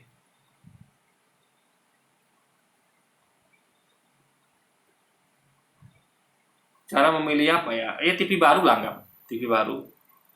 Nah jadi maksudnya TV baru ini adalah TV yang murah ya kan. TV baru misalnya beli TV yang murah atau TV mahal anggaplah kan. Nah itu aja dulu poinnya guys. Jadi ini nggak sama ya, bukan apa ya, apa namanya, ibaratnya ini adalah nggak apa ya, ini adalah panduan yang salah ya, masukkan bukan itu ya, apa sih, susah juga nih guys. Ini adalah memandu seorang tuh salah gitu guys ya. Dalam artian karena gini, dia meyakini harusnya kitab suci itu adalah buku panduan untuk kebenaran, untuk apa ibaratnya yang masuk akal tuh kayak apa ya, ini agak susah guys karena saya nggak lihat konten ya. Intinya adalah nggak harusnya seperti itu gitu loh. Harusnya dia tidak seharusnya Alkitab tuh bukan seperti buku, dia mengatakan memang Alkitab itu seperti buku panduan BTV baru, tapi seharusnya nggak begitu gitu loh guys. Jadi misalnya kayak kelakuannya seperti ular gitu loh, dia meyakini kelakuan seperti ular, kelakuan orang itu seperti ular, tapi kan nggak harusnya begitu. Harusnya kelakuannya kan nggak seperti ular, tapi seperti misalnya seperti binatang biasa itu apa ya, anggaplah seperti yang biasa itu kayak kelakuannya seperti apa ya? Apa sih guys yang binatang biasana? Ya itulah ibaratnya gitu kan, binatang biasana, kelakuannya seperti binatang biasana gitu. Nah, jadi seharusnya begitu, tapi dia malah kelakuannya seperti ular. Nah, jadi sama kita tadi. Kok buku panduan kita tuh kok malah jadi kayak buku panduan beli TV baru. Jadi harusnya kan nggak begitu gitu loh. Harusnya kan kita tuh adalah buku panduan untuk petunjuk hidup manusia. Jadi mungkin karena petunjuk hidup manusia harus logis dan segala macam. Tapi kok malah seperti buku panduan TV baru. Tapi itu saya nggak paham konteksnya guys ya, karena saya tidak melihat dari apa yang materi yang disampaikan Kosipen gitu. Tapi kurang lebih seperti itulah. Cari makan dan teman-teman Anda cari makan dari buku panduan beli TV baru ini, dari Alkitab yang Anda jelek-jelekkan terus. Nah, jadi gini ya, lu harus ngerti dengan istilah cari makan. Oke lah, mungkin ada sebagai YouTuber tuh memang kita nggak bisa pungkiri ya, YouTube ini kadang-kadang menjadikan tempat untuk mencari uang. Itu kita pungkiri, kita juga boleh munafik. Cuma gini loh guys, yang saya nggak setuju tuh gini poinnya ya. Luis juga begitu kan. Dia bikin konten juga untuk cari uang juga. Dan itu saya yakin nih gitu. Nah, kan. Kecuali dia terbukti misalnya dapat uang tuh dia tolak uangnya. Enggak, saya nggak nyari makan di sini. Kan ada tuh orang-orang yang misalnya dia orang kerja tuh guys ya, apapun itu ya, mau kerja dakwah apa itu tuh mengharapkan bahkan yang dakwah sekalipun ya, misalnya ada ustadz atau pendeta ya, kita nggak ngomong apa nih, mengharapkan uang, dan itu nggak selamanya buruk asal uangnya tuh sesuai. Misal gini, kayak ada orangnya, saya mau menjadi full pendakwah ya, nah karena saya full pendakwah, atau ada orang mau jadi full pendeta, ini kasih guys analoginya, itu kita karena full dari pendakwah, ustadz, ulama, atau pendeta, kita nggak sempat mencari nafkah dengan cara lain. Kita nggak sempat misalnya, karena misalnya anggap saya ulama. Nah, sebagai ulama saya itu memang betul-betul habis waktu saya untuk dakwah saja. Dakwah saya padat. Pagi saya diundang ceramah ke sana. Siangnya ngasih materi ke sini situ semuanya kan, diundang kemana-mana ceramah. Lalu saya nggak sempat cari makan. Kapan saya bekerja? Coba. Kapan saya mengerjakan sesuatu untuk mencari uang? Misalnya saya mau berdagang, atau saya kerja sama orang lain, atau saya buka usaha, saya kapan? Nah, mungkin saya nggak makan kan? Nah, tentu karena kita itu, berarti kita sebagai ulama atau ustadz profesional ya, meskipun kita tuh sebenarnya tidak mencari nafkah, bukan mencari nafkah atau mencari uang di situ, tapi tetaplah kita butuh nafkah untuk kita dan keluarga. Itu yang saya pilih ya. Nah, kalau kita niatkan ya, oke lah, aku karena dakwah ini, atau pendeta kan, karena aku pendeta ini memang padat waktuku, nggak sempat aku nyari uang ya. Memang aku mau fokus di sini, aku mau 24 jam tuh hanya dakwah saja. Hanya kalau pendeta tuh hanya khotbah saja, aku nggak mau yang ngerjain yang lain. Nah, tentu terbengkalai nyari makannya gitu kan. Ya, tentu dia mau nggak mau untuk nafkahi diri dan keluarganya, tentu sedikit berharap dari uang yang tentu tidak boleh dipatokin guys ya. Tentu seikhlasnya. Dia berdoa semoga ya sumbangan ada itu namanya kan sedekah. Ketika dia diundang itu kan dikasih sedikit uang terima kasih, itu kan semacam sedekah dari jemaah. Lalu semacam uang jasa kalau dia tuh jadi anggaplah guys kayak ulama pendeta tuh ya, itu adalah kayak orang kayak guru, kayak kalau kita tahu ya, kayak orang seminar itu kan misalnya saya mau bikin seminar nih, cuman saya mau ngundang motivator. Nah, satu undang motivator, kita bayar. Berarti kan jadi pekerjaan. Nah, mungkin ustadz sama ulama pekerjaan juga. Cuman kita nggak boleh, ustadz ulama tuh nggak boleh seperti motivator yang menetapkan tarif. Saya harus dibayar 5 juta ya, enggak. Ustadz tuh seikhlasnya. Berapapun yang dikasih oleh panitia ya diterima saja gitu. Tentu panitia juga harus jujur. Nggak boleh dia tuh nilai uang yang harusnya jadi jatah dari si ulama ustadz. Nah, dengan itu dia bisa nafkahi dia dan keluarganya. Karena dia memang nggak ada kerja lain gitu. Jadi nggak mungkin melakukan kedua sekaligus ya. Dalam artian dia mau jadi ustadz profesional ya juga jadi pengusaha nggak mungkin dua-duanya karena waktunya habis untuk dakwah. Nah itu nggak masalah asal niatnya bukan nyari kekayaan, dalam artian dia mematok berapa uang harus saya terima dari setiap kunjungan. Nah itu nggak boleh ya.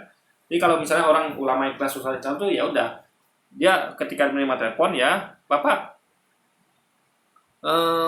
kami undang sini ya, tolong datang ya Pak ya. Nah minimal gini guys ya, kalau dia melihatnya gini ya, ini sedikit apa saran saya ya. Misalnya kalau Anda mau jadi ustadz profesional ya, memang nggak mau dicap atau dianggap nyari kekayaan di situ ya, caranya gini ya, menurut saya nih, beda orang mungkin beda lagi pendapatnya. Nah pendapat saya adalah atau penelitian juga, ya minimal Anda tuh masih make sense lah. Misalnya ketika Anda diundang, misalnya ke saya nih, saya diundang ceramah ke Jakarta atau ke Singapura kemana lah, minimal orang itu membelikan saya tiket ke sana, lalu akomodasi selama saya di sana, mungkin penginapan saya, lalu konsumsi saya, ya, karena nggak mungkin saya pakai dana saya pribadi saya, sementara saya adalah ustadz ulama profesional yang memang nggak ada waktu lagi untuk kerja yang lain karena sibuknya hanya fokus ke dakwahnya saja. Ibaratnya kalau kayak orang itu kayak guru tuh memang ya guru profesinya, dia nggak sempat kerja yang lain, dia ngasih materi kemana-mana gitu kan. Anggaplah kayak dosen yang full time, dia dari pagi ke malam ngajar kemana-mana. Nah itu kan dia nggak sempat tuh berbisnis, nggak sempat apa-apa dia kan. Nah, jadi Anda nggak mungkin mengeluarkan uang karena Anda tidak ada penghasilan sebagai ustadz ulama profesional, nggak ada penghasilan, Anda tidak berbisnis. Nah kalau Anda masih menanyakan tiket ya atau akomodasi itu masih make sense ya. Tapi tidak make sense kalau Anda tanyakan berapa nanti saya dibayar. Itu nggak make sense guys, karena itu seikhlasnya. Paham ya?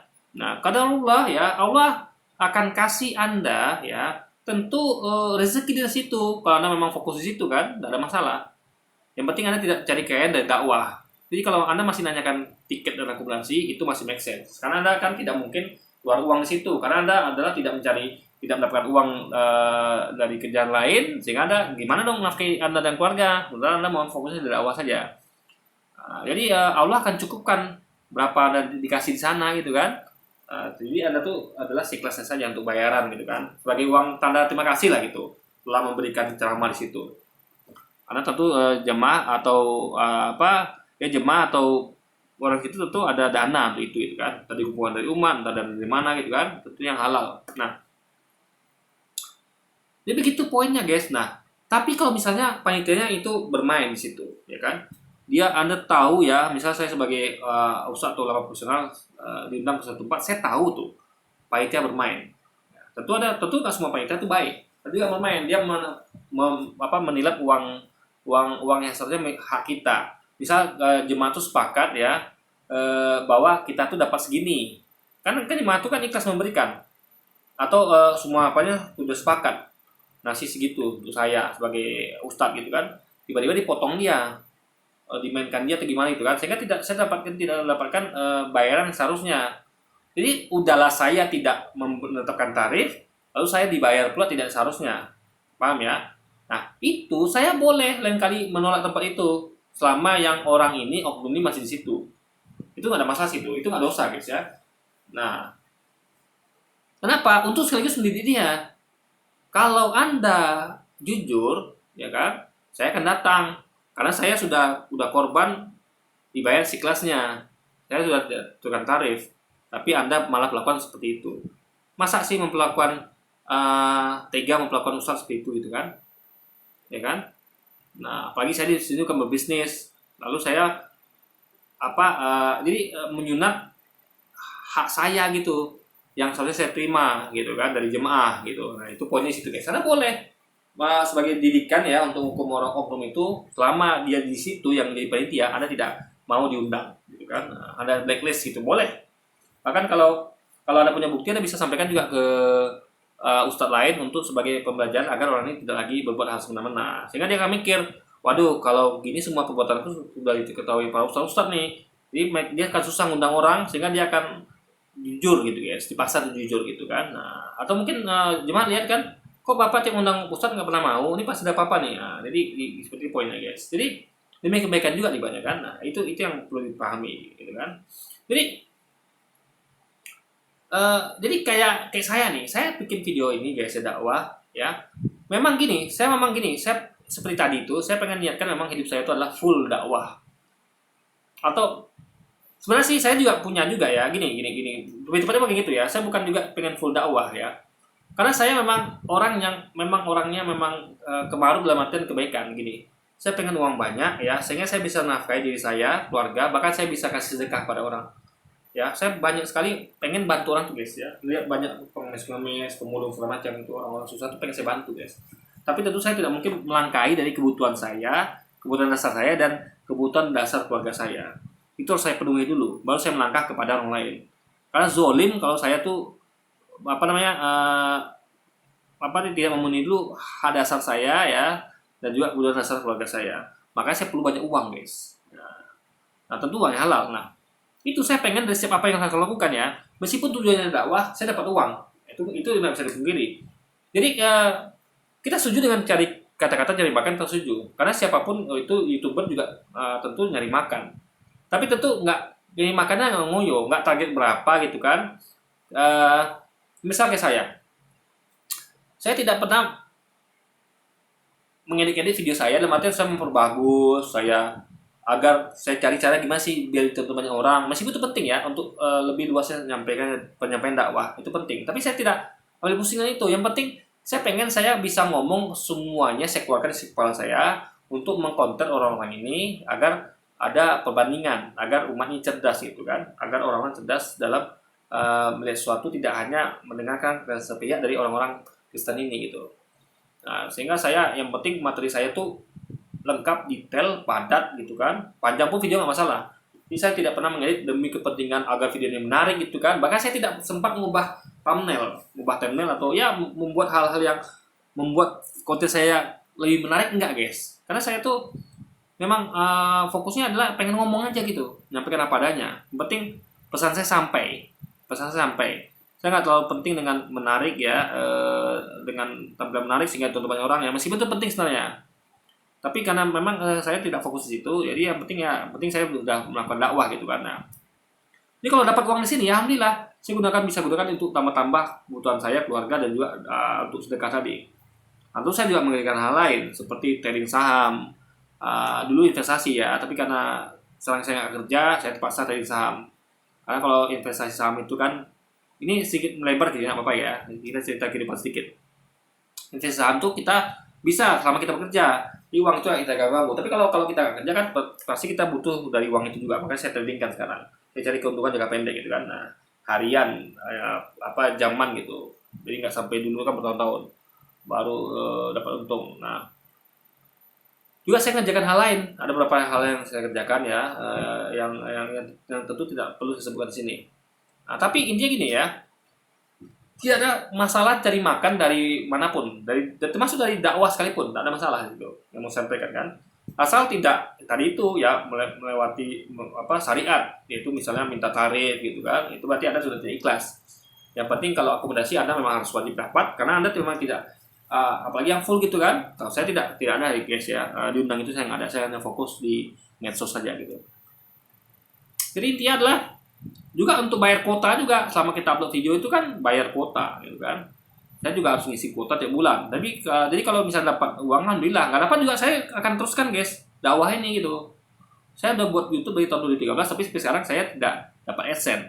Nah, tapi kan saya tidak berhenti di dakwah, saya teruskan karena fokus saya adalah uang itu adalah hanya bonus. Yang penting niat saya utama nyari pahala, ya kan.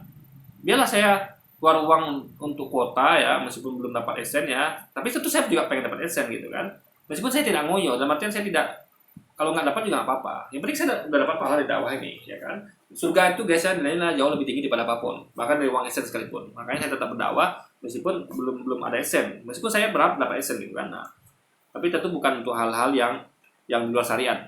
Nah, cuman masalahnya dari menjelekkan Alkitab ini, nah kita tahu ya kalau kita bahas sesuatu, tentu kalau kita bahas tentang Alkitab, tentu karena seperti yang klaim Quran bahwa kitab-kitab sebelumnya sudah diwahyukan manusia, itu artinya kan Al-Quran tuh ngomongin tentang kekurangan. Bahwa kitab-kitab sebelumnya itu ya kekurangannya apa? Itu tadi udah nggak asli lagi, udah diwahyukan manusia. Berarti itu ngomong tentang kekurangan. Nah, ngomong tentang kekurangan berarti menjelekkan. Nggak mungkin Anda tuh ngomong kekurangan berarti memuji, kan tidak mungkin. Misal gini, misalnya ada sebuah buku yang mengklaim bahwa buku apa ya, misal kayak buku tentang sejarah ya, G30S itu sudah diwahyukan tentang manusia. Misalnya ada buku sejarah G30 PKI yang dulu buku itu sebenarnya mengatakan bahwa PKI adalah dalangnya, PKI itu jahat dan segala macam.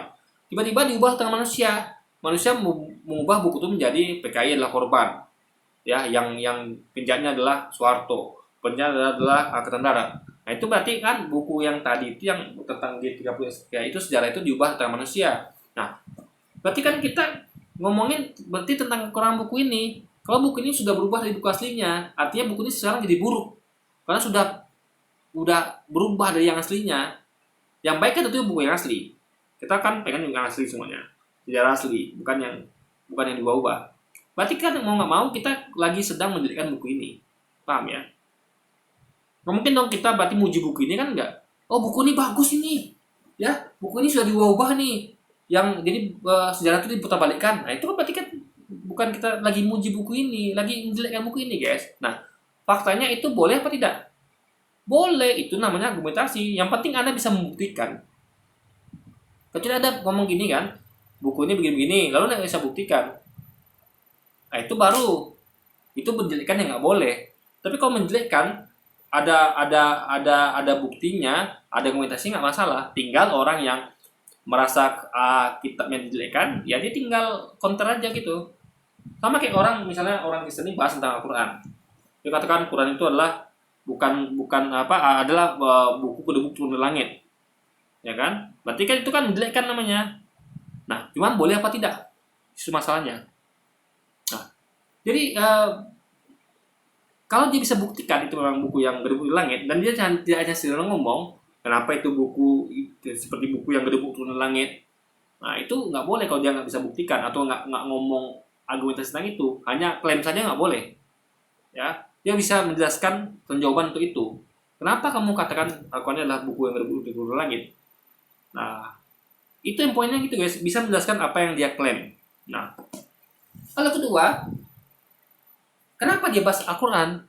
Karena Al-Quran itu tidak dibahas di kitab dia. Tapi kalau Taurat, Zabur, Injil, bahwa kitab ini sudah dibuat oleh manusia, itu dibahas di Quran. Paham ya? Makanya, jadi kalau mereka menjelekkan Al-Quran, menjelekkan Nabi Muhammad, menjelekkan Islam, itu nggak make sense ya. Kalau kita menjelekkan kitab, asal tadi sesuai konteks yang saya katakan tadi, itu boleh. Karena memang itulah yang dibahas di agama Islam tentang Alkitab, tentang Taurat, Zabur, Injil yang sudah dibawa ke manusia, guys. Nah, itu poinnya. Jadi Anda sekarang tahu ya, nyari makan tuh dari menjelekkan sesuatu tuh mana yang boleh, mana yang tidak. Ya, yang nggak boleh itu adalah Anda nyari makan dari menjelekkan sesuatu yang caranya salah, itu baru nggak boleh, guys. Ya kan? Kamu nggak mau ya gimana pun ya. Contoh misalnya ada TV lah atau media kayak media yang sampaikan tentang kriminal,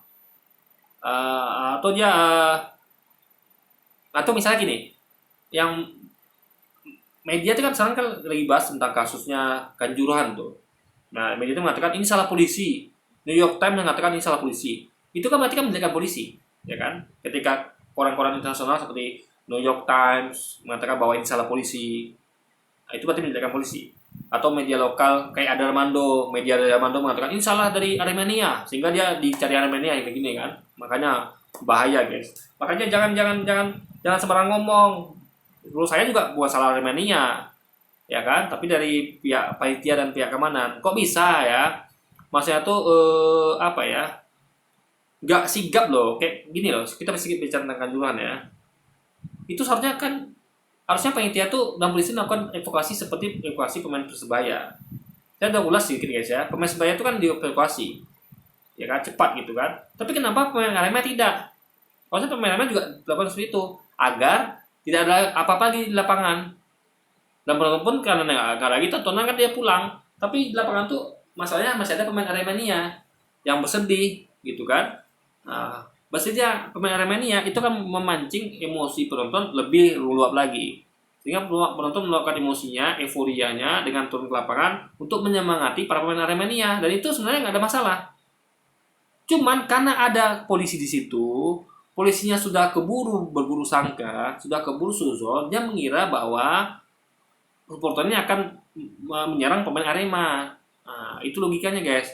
Intinya semuanya kalau polisi ini atau panitia atau mengevakuasi segera pemain Arema dengan cepat lapangan, itu tidak akan ada supporter yang turun pun supporter nggak masalah.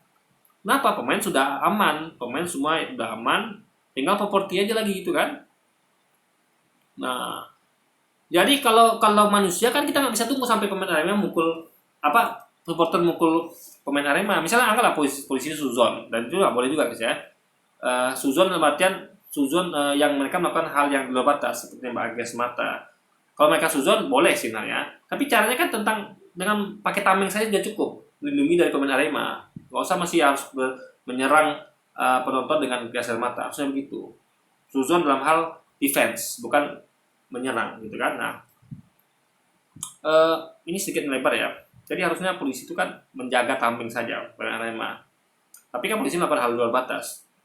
Nah, intinya adalah sebenarnya di situ tuh ada kesalahan prosedur, kesalahan sistem di Kanjuruhan itu gitu kan. Nah, maksud saya gini loh, yang kita terlalu lebar juga ya. Tapi apa lah sedikit pengetahuan untuk Anda. Jadi sebenarnya ketika media-media ini bersilang pendapat ya bahwa Armando menuduh pihak dari supporter Aremania yang salah, kalau majalah-majalah Amerika mengatakan atau luar negeri mengatakan bahwa polisi yang salah, itu kan berarti media ini saling menjelekkan masing-masing yang mereka sangkakan. Armando berarti menjelekkan Aremania, ya kan? Berarti media-media asing menjelekkan polisi. Nah, mereka kan nyari makan di situ, medianya kan nyari makan di situ. Media dibuat untuk nyari untung kan? Karena sekarang nggak ada lagi media tuh yang nggak nyari untung. Anggaplah media apa sekalipun, media untuk sosial lah sekalipun, bukan media sosial lah, tapi media sosial. Misalnya media dibangun untuk dakwah, media dibangun untuk kepentingan sosial kayak panti asuhan segala macam, atau kayak untuk sumbangan penyakit kanker segala macam. Media itu misalnya, itu kan memang mencari uang untuk kayak media itu memang bisnis lah kan, bisnis media. Itu kan mereka mencari makan di situ. Jadi menjelekkan siapapun yang mereka tuduh gitu kan. Misalnya kayak tadi itulah menjelekkan Aremania, Armando, menjelekkan polisi. Nah, masalahnya boleh apa tidaknya bukan tergantung di situ. Masa nggak boleh media itu menjelekkan atau menceritakan kekurangan orang lain? Boleh, tapi dalam konteks ya edukasi. Dia harus bisa kasih bukti ya, atau minimal opini lah, argumentasi atas hal yang dia katakan. Misalnya mereka mengatakan bahwa itu salah polisi. Nah, sampaikan detailnya, kenapa polisi salah, bagaimana yang seharusnya terjadi, poin apa yang bikin polisi salah, atau kayak Armando mengatakan menuduh bahwa Aremania salah. Dia bisa jelaskan di mana letak salah Aremania dengan logis tentunya, dan dapat diterima oleh orang yang dituduh ya, atau orang masyarakat yang melihat itu. Setuju? Oke. Nah, faktanya ketika media asing itu saya setuju dengan media asing ini salah polisi. Banyak orang yang setuju. Tapi orang banyak nggak setuju dengan pendapat Armando bahwa Aremania salah. Ya, karena bagi orang itu nggak masuk akal logikanya, gitu kan. Nah, saya juga mengatakan seperti itu. Makanya saya juga menyalahkan Armando. Nah, tinggal melihat apakah yang Anda sampaikan masuk akal apa tidak, apakah dapat diterima publik apa tidak, gitu guys. Nah, itu poin di situ. Jadi nggak masalah menjelekkan sesuatu asal Anda punya punya bukti untuk itu, dan memang bahasa itu memang masuk dalam topik. Kayak menjelekkan Alkitab itu boleh, ya, menjelekkan siapa ya, orang yang merubah Alkitab itu boleh, karena masuk dalam konteks itu kan. Yang boleh itulah membahas sesuatu yang tidak di luar bidang Anda. Kalau media memang dia bahas itu semua, dia bahas kasus di sini, kasus itu, berita sini. Tapi kan kalau Anda kan tidak membahas, di kitab Anda kan tidak bahas tentang Quran, tentang Muhammad, tentang Islam. Kenapa Anda bahas itu? Kalau kitab Quran memang membahas tentang Alkitab, tentang nabi-nabi di Alkitab, makanya dibahas. Jadi memang sesuatu yang bukan ada di tempat Anda itu kenapa Anda bahas, itu poinnya. Kenapa Anda menjelekkan sesuatu yang tidak dibahas di kitab Anda, tidak dibahas di agama Anda, gitu loh. Tidak pernah ada kitab itu kan Anda mengakui bahwa tidak ada nubuatan Nabi Muhammad. Ini nubuatannya nggak ada, versi Anda, bagaimana bisa Alkitab itu ada bahas Nabi Muhammad? Lalu ketika Alkitab Anda tidak bahas Nabi Muhammad, agama Anda tidak bahas Nabi Muhammad, kenapa Anda bahas Nabi Muhammad? Itu poin logikanya, guys. Sesuatu yang tidak ada di Anda, gitu. Kepentingan Anda nggak ada. Kalau kita ada kepentingan, apa yang kita bahas itu ada di kitab suci kita. Jadi kita bahas itu sama kita tuh sedang bicara tentang kitab suci kita juga sebenarnya. Misalnya kita mengatakan Yesus tidak salib, tapi ada orang serupakan dengan dia. Itu kita berarti sedang ngomong tentang Quran juga, tentang keyakinan kita gitu. Tapi kalau dia bahas tentang Nabi Muhammad, itu nggak ada poinnya, ya kan? Dia kita tidak bahas tentang Nabi Muhammad, guys. Itu poinnya di situ ya, logikanya. Yang menjelekkan kan dapat makan dari situ. Tapi kok masih bisa dengan pedenya mengatakan Alkitab itu adalah buku panduan beli TV baru. Asalkan Anda tahu saja ya bahwa isi dan sejarah dalam Alkitab ini adalah yang paling detail dari semua buku dan kitab yang pernah ada di dunia ini. Gini ya, Anda tahu nggak kayak kalau kita ngomong tentang buku sejarah ya, itu kan kita tahu ya, Quran ini adalah rangkaian dari kitab-kitab sebelumnya. Ya, kalau Anda ngerti tentang apa yang Islam imani, yang disampaikan Nabi Muhammad, itu adalah kita meyakini bahwa kitab Quran ini adalah bagian dari kitab-kitab yang Allah turunkan kepada para nabi. Di Quran ini bukan kitab yang berdiri sendiri, enggak. Sebelum Quran ini ada namanya Injil, ada namanya Taurat, ada namanya Zabur. Jadi saya nggak tahu ada kitab lain apa tidak gitu kan. Tapi kalau nabi banyak, nabi itu ada 143.000 atau 147.000, guys, saya lupa. Tapi banyak, 100.000 nabi itu kan. Tapi kalau kitab suci yang disampaikan hanya 4 ini saja, Taurat, Zabur, Injil, Quran. Kita nggak tahu apa kitab lain apa tidak, tapi kayaknya nggak ada. Nah, jadi kitab Quran ini adalah bukan kitab yang berdiri sendiri. Dia merupakan rangkaian dari kitab sebelumnya. Ini sama kayak Anda tuh melihat buku pelajaran anak SD, SMP, SMA, kuliah. Jadi karena Quran adalah kitab terakhir, ya, sebelumnya itu adalah Injil, lalu Taurat, lalu Zabur. Berarti ini kita anggaplah kayak rangkaian, karena kan kita mulai dari yang awal dulu. Kita belajar awal tuh dari SD, lalu masuk SMP, SMA, dan kuliah. Berarti anggaplah Zabur tuh kayak buku di SD, Taurat bukunya anak SMP, SMA bukunya adalah Injil, Al-Quran buku anak kuliah. Ya, itu saya ngomong tentang timeline ya, timeline dan bahwa setiap kitabnya adalah saling menyempurnakan, saling menggenapi. Jadi kitab SMP itu adalah menggenapi kitab SD. Buku pelajaran SMA adalah menggenapi buku pelajaran SMP. Yang tidak ada diajari di SMP, diajarkan SMA. Berarti kan untuk menggenapi.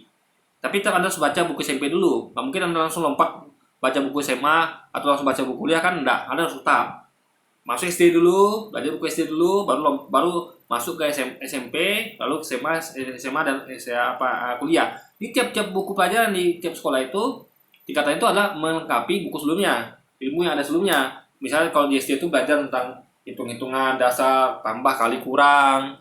Di SMP tentang ya kayak postingan tangen. Mungkin kalau di SMA itu sudah matriks segala macam. Di kuliah mungkin sudah tentang ya materi yang lebih expert lagi itu matematikanya. Nah, jadi sama seperti buku-buku ini, nggak mungkin ketika di SD sudah dibahas tentang tambah-tambah kurang-kurang, Anda belajar lagi di buku SMP tentang tambah-tambah kurang-kurang. Kan harus ada yang tambahan, guys, yang nggak perlu belajar ulang. Mungkin ada sedikit tentang tambah-tambah kurang-kurang, tapi kan bukan lagi dalam fokus tentang pelajaran tambah-tambah kurang-kurang. Tapi tambah-tambah kurang-kurang itu digunakan untuk memahami sesuatu yang lebih. Misal kayak gini lah, gampangnya kayak pelajaran apa ya, kayak pelajaran biologi. Misalnya kalau di SD kan diajarin kan, ini binatang namanya singa. Singa adalah hewan karnivora. Lalu SMP kan mungkin lagi diajarin singa adalah hewan karnivora, kan enggak, tapi lagi dibahas tentang singa yang hewan karnivora itu. Nah, ya kan?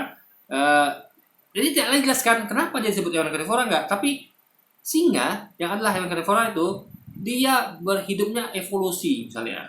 Singa hidup di gunung beda dengan singa yang hidup di hutan. Nah, kayak gitu guys. Jadi lebih expert lagi, suatu yang nggak. Jadi buku-buku ini seharusnya tidak mengajarkan hal yang sama gitu. Jadi kalau sudah ada SD begini, SMP harus beda lagi, lebih expert lagi, SMP lebih lagi, SMA lebih lagi. Nah, mungkin ada di kuliah itu sama kayak di SMP yang belajar lagi tentang habitat singa misalnya. Tapi tentu bahasa misalnya kayak singa ini punya sifat begini-begini. Lalu Anda tuh singa ini adalah dari genom ini. Singa ini karakteristiknya begini. Pokoknya dia ada sesuatu yang tidak dibahas di buku sebelumnya ya, gitu kan. Nah, jadi itu poinnya guys. Sama seperti Zabur, Taurat, Injil, Quran. Itu apa yang ada di Zabur itu tidak lagi disampaikan di Taurat. Karena ini bukan buku pengulangan ya, tapi buku lanjutan. Ingat, buku lanjutan beda dengan buku pengulangan. Ya. Yang di Yang di Taurat nggak mungkin lagi sama kayak Zabur. Yang Injil juga nggak mungkin sama dengan yang di dalam artian mengulang lagi guys. Ya, detail seperti di ini. Lalu yang di Quran nggak mungkin lagi mengulang detail seperti ini. Tentu bahasa yang lain gitu, ya kan? Bahasa yang lain. Misalnya gini lah, nggak kayak misalnya kalau sudah kuliah itu kan nggak lagi bahas misalnya tentang sekedar hewan, tumbuhan. Tapi kan sudah mungkin bahas tentang luar angkasa, tentang planet, alam semesta, tentang surya gitu kan. Nah, ini hal itu guys. Jadi bahas sesuatu yang lain, yang bahas sebelumnya itu hanyalah kisi-kisi saja, masa terus kita selalu. Misalnya Quran mengingatkan tentang kisah Nabi Ibrahim. Nah, tentu lengkapnya lihat di kitab sebelumnya, yaitu di Taurat misalnya. Nah, jadi nggak mungkin dong Quran itu mengulangi yang ada di situ gitu loh. Paham ya?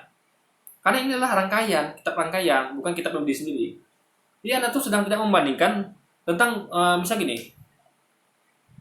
Misalnya Anda, jadi gini ya, kalau kita bandingkan buku sejarah SD, SMP, SMA, kuliah itu bukan seperti kita bahas tentang buku pelajaran SMA doang. Ini misalnya Anda buku yang sama nih, buku yang bukan satu rangkaian, tapi khusus SMA aja, ya kan?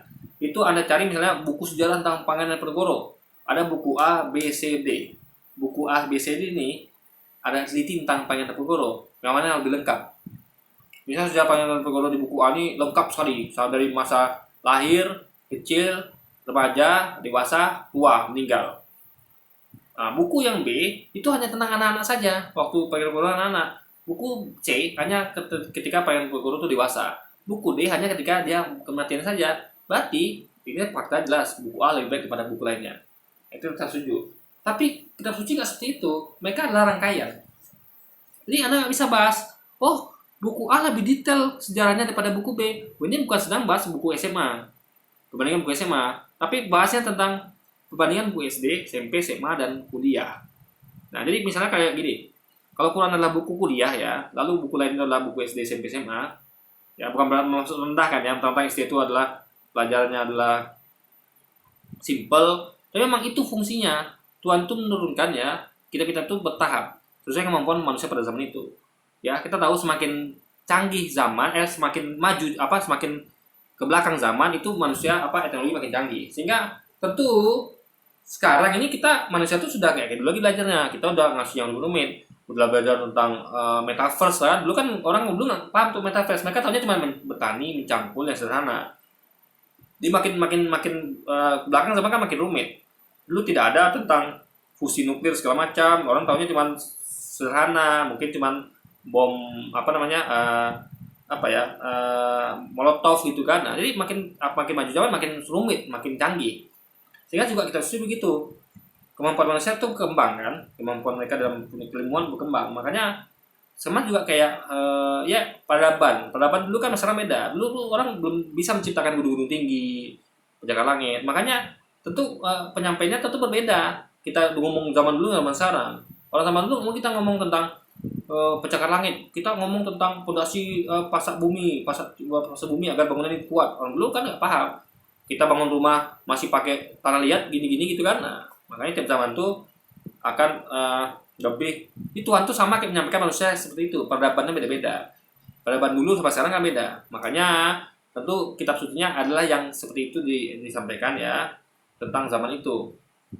Lalu bertahap ke sini. Jadi makanya sama kayak buku anak SD, SMP, SMA, kuliah. Karena peradaban manusia tuh makin maju gitu kan. Nah, juga sama kayak anak sekolah tuh makin maju. Pola pikirnya. Nah, jadi membandingkan antara Taurat, Zabur, Injil yang itu digabung dalam Alkitab mereka ya, plus ditambah perjanjian baru itu, dan bandingkan dengan Al-Quran itu nggak seperti membandingkan buku SMA tadi, tapi membandingkan antara buku SD, SMP, SMA, dan kuliah. Jadi kalau sudah ada misalnya Anda membandingkan tentang sejarah Pangeran Diponegoro di SD, mungkin itu udah ada tuh di buku SD diterangkan tentang tanggal lahir Pangeran Diponegoro, tanggal kematiannya, lalu detail lah silsilah segala macam Pangeran Diponegoro itu anak ini itu semua. Tentu ada jam harapan sama diajarkan di kuliah, karena berarti kalau gitu orang anak kuliah kan akan protes, kok kita diajarkan sama dengan buku anak SD. Soalnya kita expert dong. Jadi di kuliah tuh misalnya diajarkan tentang taktik Pangeran Diponegoro yang lebih rumit daripada itu kan. Kenapa Pangeran Diponegoro ini bisa melawan penjajah Belanda. Jadi juga apa situasi politik di pada saat itu, gitu kan. Intrik-intriknya segala macam. Nah, itu kan pembahas yang expert yang bisa ditangkap anak kuliah. Anak SD kan nggak mungkin. Anak SD kan simpel aja. Berapa tahunnya, kelahiran, tahun kematian, kan yang simpel-simpel itu aja yang bisa dihafal. Tapi kalau kuliah kan udah mengajarkan untuk berpikir. Kenapa. Kalau ke SD kan belum. SD itu hanya data simple. Ya kan, belum belajarkan lagi kayak kenapa gitu. Belum karena mereka belum punya kemampuan seperti itu untuk mempertanyakan banyak hal gitu kan. Mereka memang mempertanyakan banyak hal, tapi mereka sebenarnya belum sanggup. Makanya pun ada ketika menerangkan kepada anak-anak kecil, dia nggak bisa atau sedetail atau sedetail atau serumit seperti yang diterangkan pada anak-anak kuliah gitu kan. Nah, seperti itu poinnya guys. Cara membandingkan antara kitab suci itu bukan sama. Jadi kalau misalnya kalau di kitab sucinya sudah lengkap tentang sejarah Nabi Musa, silsilah segala macam, ngapain lagi Quran bahas tentang itu? Quran itu adalah bukan buku yang peradaban yang sama. Peradaban zaman dulu mas sekarang beda. Misalnya kayak peradaban dulu ya, bahas tentang pertanian dasar, cara mencangkul, cara ini. Buku sekarang tidak itu lagi. Bahas tentang bagaimana caranya pertanian sini supaya efisien, lalu bagaimana supaya bebas sama dan segala macam gitu kan. Jadi udah mainnya sudah expert gitu guys. Nah, jadi poinnya adalah nggak bisa bahwa Anda mengatakan bahwa kitab ini lebih baik dibanding Quran karena kitab itu detail apa semuanya. Bukan itu. Sesuatu yang sudah dibahas di kitab sebelumnya, Quran tidak perlu bahas lagi. Karena kitab Al-Quran itu bukan kitab pengulangan, tapi kitab lanjutan. Paham ya logikanya? Makanya harusnya paham, rangkaian itu harus paham ya. Jadi bukan berarti sedang membandingkan kayak misal kayak gini lah ya, kayak membandingkan antara ya barang yang sama, misalnya membandingkan antara mobil MPV keluaran tahun 2020. Nah, bukan itu, tapi kita bicara mengenai tentang gini, kayak sejarah mobil Toyota misalnya. Nah, jadi ketika kita bicara tentang sejarah mobil Toyota tahun 50-an, tentu dia bahas mobil Toyota tahun 50-an. Mobil-mobil kayak Toyota apa ya waktu itu ya. Anggaplah Toyota yang ada di tahun 50-an. Lalu lanjut lagi ke sejarah mobil Toyota tahun ke 70-an. Tentu mobil-mobil dibahas adalah mobil-mobil tahun 70-an. Gak ada lagi tuh mobil-mobil tahun 50-an, kecuali hanya sekilas saja. Bisa membandingkan mobil 70-an ini lebih canggih daripada mobil 50-an. Jadi mobil 50 itu dimasukkan hanya sebagai perbandingan saja, hanya sekilas. Gak lagi dibahas detailnya gitu kan. Nah, tak lagi dibahas tentang sejarah mobil ini yang tahun 50-an, gak lagi. Nah, jadi gitu terus sampai mobil sekarang. Nah, buku tentang mobil sekarang nggak mungkin lagi bahas tentang mobil 50. Karena ini bukan buku pengulangan, tapi buku sejarah atau buku yang lanjutan, yang sejarah udah ada ya tahun 50 tahun 50. Satu lagi di tahun 2020. Tahun 2020 adalah buku yang membahas tentang mobil tahun 2020. Nah, sama kayak Quran. Yang sudah dibahas di Taurat, Zabur, Injil yang dirinci, itu nggak perlu lagi diulang di Quran. Karena Quran itu bukan seperti buku pengulangan, tapi buku lanjutan, sehingga cukup untuk mengingat saja, pengingat gitu, bahwa dulu Ibrahim pernah begini, tapi itu detailnya Anda cek dari kitab sebelumnya gitu. Nah, itu jadi logika seperti itu guys. Jadi membandingkan kitab suci itu bukan seperti membandingkan sesuatu yang sama timelinenya, tapi ini adalah konsepnya lanjutan. Makanya kalau Anda belajar ini ya, Anda akan paham. Jadi cara metodologi itu yang pakai ini nggak benar guys, nggak logik gitu istilahnya kan. Bahkan kisah dari Adam, Hawa, sejarah Daud, sejarah Isa Al-Masih atau Yesus itu sendiri, bahkan sampai nanti akhir zaman sudah tercatat di dalam Alkitab kami. Ya, faktanya tentang kedatangan Nabi Muhammad aja Anda tidak mencatat kedatangan Nabi Muhammad, ya kan? Anda bayangkan itu, kedatangan Nabi Muhammad tidak di ini. Ya, dan juga banyak hal gini. Jadi gini guys ya, kalau dia mau mengatakan bahwa klaimnya adalah semua itu dicatat, saya katakan misalnya, kalau gitu kayak buku sejarah nih ya, buku sejarah tentang ini yang lengkap lah, nggak lengkap sejarah tentang apalah, buku tertentu yang lengkap sejarahnya itu berarti adalah kitab suci. Gini guys, kitab suci itu bukan buku sejarah. Menilai kitab suci bukan dari kelengkapan sejarahnya, bukan. Ya, bukan dari kelengkapan sejarahnya. Tapi apakah buku itu logis apa tidak? Itu poinnya kitab suci begitu. Buku ini apakah logis, apakah mengajarkan kebaikan apa tidak? Bukan dari muatan sejarah di dalamnya. Gitu. Karena kitab suci bukan buku sejarah. Paham ya? Dan kitab suci itu adalah bukan buku perbandingan buku-buku yang sama timeline-nya, tapi lebih buku dalam rangkaian kelanjutan guys. Paham ya logika berpikirnya? Ini menyamakan Taurat, Zabur, kitab itu sejarah lengkap gitu kan? Lalu apa bedanya itu dengan buku sejarah? Ingat ya guys ya, buku sejarah lengkap sekalipun ya, bukan berarti buku sejarah yang setelahnya, misalnya gini nih. Ya, anggaplah buku sejarah SD, SMA tadi, SMA. Buku sejarah di SD ini kan karena yang tadi itu saya katakan pola pikir anak-anak SD kan beda sama anak-anak kuliah. SMA juga beda. Tentu mereka dibahas tuh ya sejarah lengkap juga. Lengkap malah kan dibandingkan buku kuliah. Lengkap dalam artian tentang tanggal lahirnya atau sejarah, tanggal kematiannya, siapa bapak ibunya, riwayat nasabnya semua gitu kan. Kisah-kisahnya lengkap memang. Nah, lalu bukan berarti buku kuliah salah. Bukan buku yang tiru. Ketika buku kuliah tidak bahas itu lagi, tidak bahas lagi kapan tahun kematian tokoh sejarah dan segala macam yang tentang kisah-kisahnya, tapi udah bahas expert. Kenapa Panegoro itu melawan penjajah Belanda? Kenapa begini? Kenapa begitu? Suatu hal yang lebih besar daripada itu. Karena kenapa? Kalau untuk ada pengen tahu berapa tentang riwayat Panegoro, ya baca buku sejarah anak SD gitu loh guys. Ini bukunya adalah memberikan pertanyaan kenapa, why, question lebih besar lagi.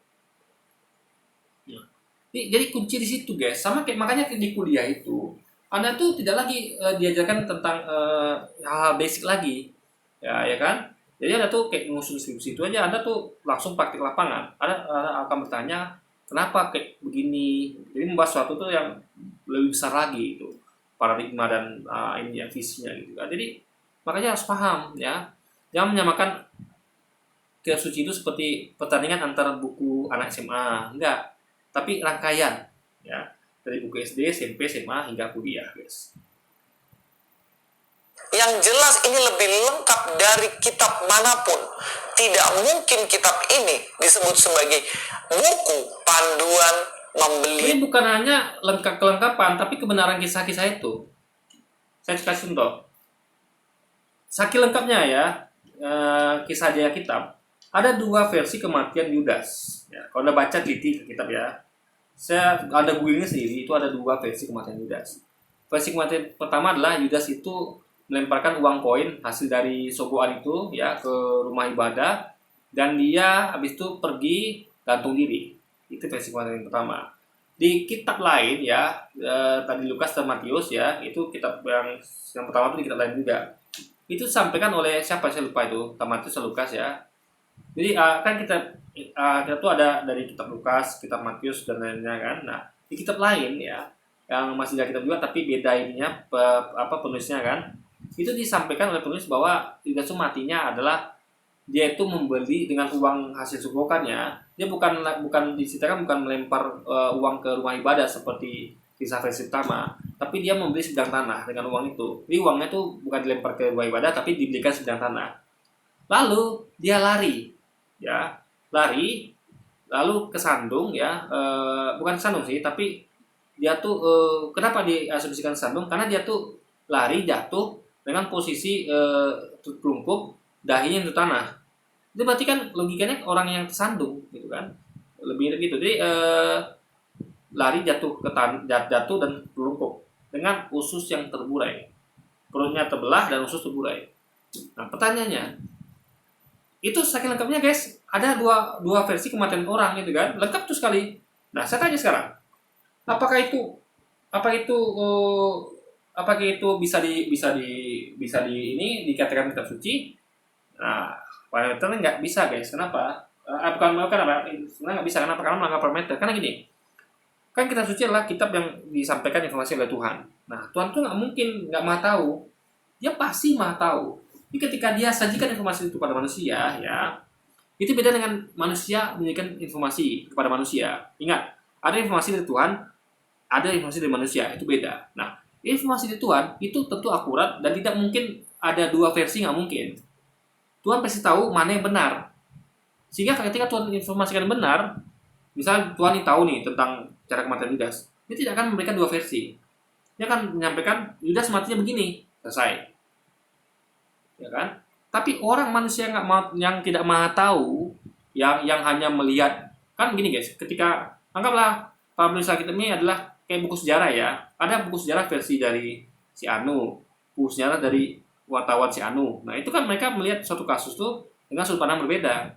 Mungkin yang satu melihat cara orang mati kayak ada pengamat yang menilai cara matinya Joshua tuh ditembak dari jarak dekat, ya kan, dari belakang. Ada pengamat yang orang yang melihat karena dia dengar rumor juga itu cara matinya Brigadir J adalah dengan ditembak oleh Ferdy Sambo misalnya. Ini kan orang beda-beda ini. Nah, jadi kalau Tuhan nggak seperti itu metodenya, Tuhan langsung katakan ini karena misal anggaplah Tuhan yang ngasih informasi kepada kita bukan daripada media.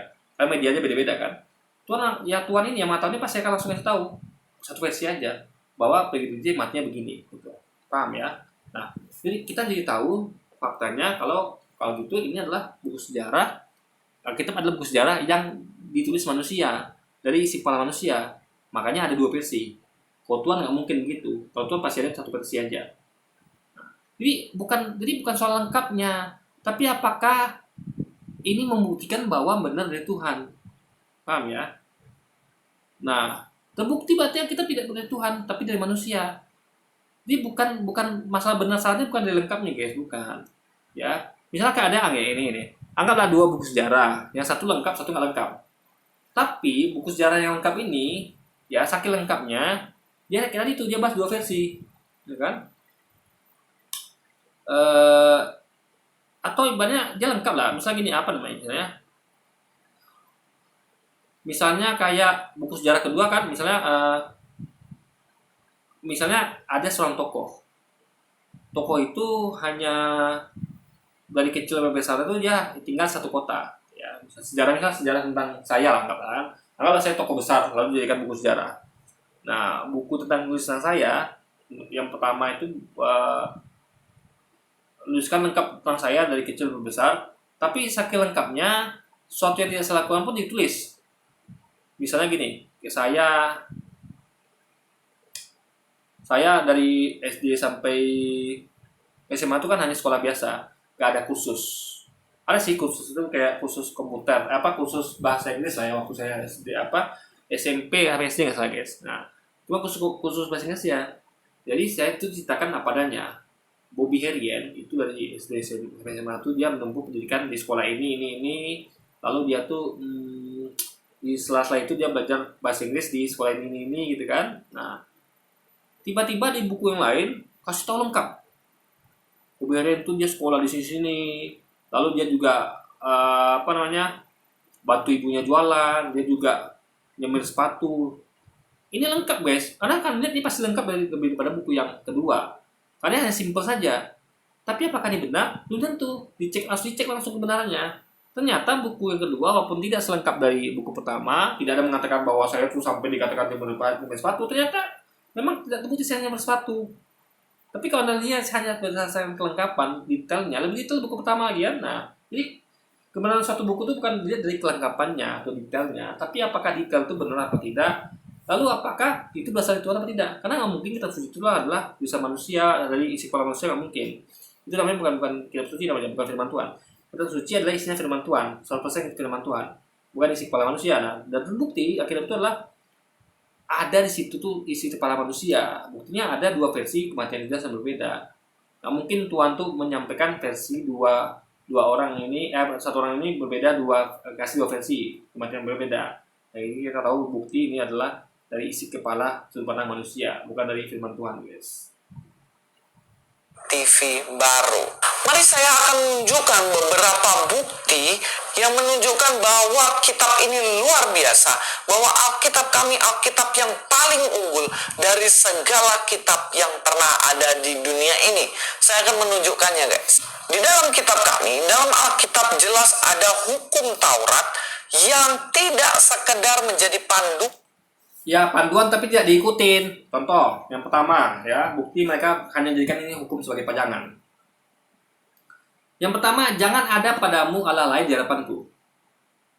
Allah lain itu maksudnya selain Allah Bapa. Ya, ingat ya. Allah itu hanya ada Allah Bapa. Allah lain maksudnya adalah Allah Anak dan Allah Roh Kudus. Berarti mereka tidak mengikuti hukum Taurat. Jangan ada padamu Allah lain di hadapanku. Faktanya mereka ada Allah lain selain Allah Bapa. Itu Allah Anak dan Allah Roh Kudus. Ya. Lalu kedua, ini kita baca satu guys ya. Jangan membuat bagimu patung yang menyerupai apapun yang ada langit atas atau yang ada di bumi di bawah, atau yang ada dalam air di bumi. Jadi ini ngomong tentang buat patungnya nggak boleh, ya. Tapi faktanya tidak ada lihat di gereja.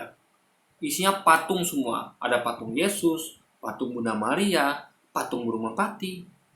Padahal di hukum ini dilarang buat patung yang menyerupai apapun. Apapun guys. Mau Yesus, mau Bunda Maria. Tapi faktanya mereka melanggar. Mereka membuat patung. Bahkan bukan hanya membuat, tapi memajangnya. Nah, lalu jangan menyebut nama Tuhan Allahmu dengan sembarangan. Sebab Tuhan akan memandang bersalah orang yang menyebut namanya dengan sembarangan. Nama Tuhan itu ya Allah, ya. Jangan atau Allah Bapa. Jangan disebut samakan dengan Allah Anak atau Allah Roh Kudus. Itu menyebut namanya dengan sembarangan. Contoh, nama bapak saya ya, misalnya adalah Fairinul gitu. Atau nama bapak adalah Allah. Ingat ya, nama bapak itu Allah. Makanya disebut Allah Bapa. Jadi kita menyebut Bapa itu Allah. Tapi kalau Allah Anak kan ada namanya lagi. Allah Anak namanya Yesus. Paham ya? Nama Bapa itu Allah. Allah Bapa ya namanya Allah itu. Jadi Allah itu lah nama Bapa. Tapi Allah Anak bukan nama anak. Nama anak bukan Allah.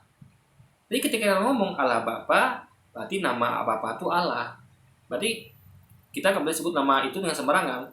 Nah, nama Allah Anak adalah Yesus. Jadi ada anak lu nyebut nama Allah sembarangan dengan mengatakan Yesus gitu. Allah itu ya Allah itu ada nama Bapa itu Allah gitu guys. Dia sebut dengan sembarangan dengan sebut nama lain, misalnya kayak Allah Anak atau Yesus gitu kan. Nah, itu poinnya yang apa? Lalu bahkan di Keluaran 2:28 ya, ingatlah dan kuduskanlah hari Sabat. Apakah mereka mengkuduskan hari Sabat? Mereka menguruskan hari Minggu. Ini banyak sekali mereka melanggar hukum Taurat, guys. Hukum Taurat ini cuma jadi hiasan gitu kan. Nah, yang lainnya oke lah. Yang lain itu memang ini mereka patuhi. Jadi mereka tuh ada yang mereka patuhi dan tidak. Yang ini kita perlu baca ya. Ini sesuai udah mereka patuhi di poin-poin yang berikutnya. Tapi yang 1, 2, 3, 4 tidak mereka patuhi. gitu loh guys. Jadi percuma bicara tentang hukum tapi tidak Anda patuhi, gitu loh. Hukum itu kan dibuat untuk dipatuhi, dan itu ada di kitab Anda, tapi faktanya Anda jadikan itu hanya hiasan saja. Untuk membeli TV baru, tetapi panduan untuk hidup yang benar-benar berkenan di hadapan. Ya jadi kalau panduan itu harus diikutin, tapi kenapa Anda tidak mengikuti semuanya? Itu loh. Misalnya saya dikasih panduan, kamu ya kalau mau kamu bekerja di perusahaan ini panduannya, ini tugas dan tanggung jawab kamu, ini hak dan kewajiban kamu. Apa saya bisa melakukan setengahnya saja, saya ambil nih. Oh ini saya nggak mau lakukan, ini saya mau. Kan nggak bisa begitu. Panduan terus diikutin sepenuhnya.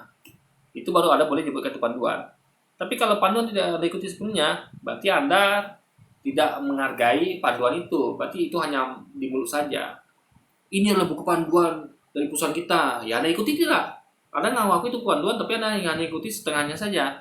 Berarti Anda bukan karyawan yang baik gitu kan logikanya. Kalau Anda karyawan yang baik, Anda akan ikuti semuanya. Allah. Apa itu 10 hukum Taurat? Dan 10 hukum Taurat ini hanya tertulis di dalam kitab kami. Bahkan ada kitab yang dari luar Israel yang ngaku-ngakunya. Gini, seharusnya kan ya logikanya, kalau mereka ngakunya sebagai pengikut Yesus. Ingat ya.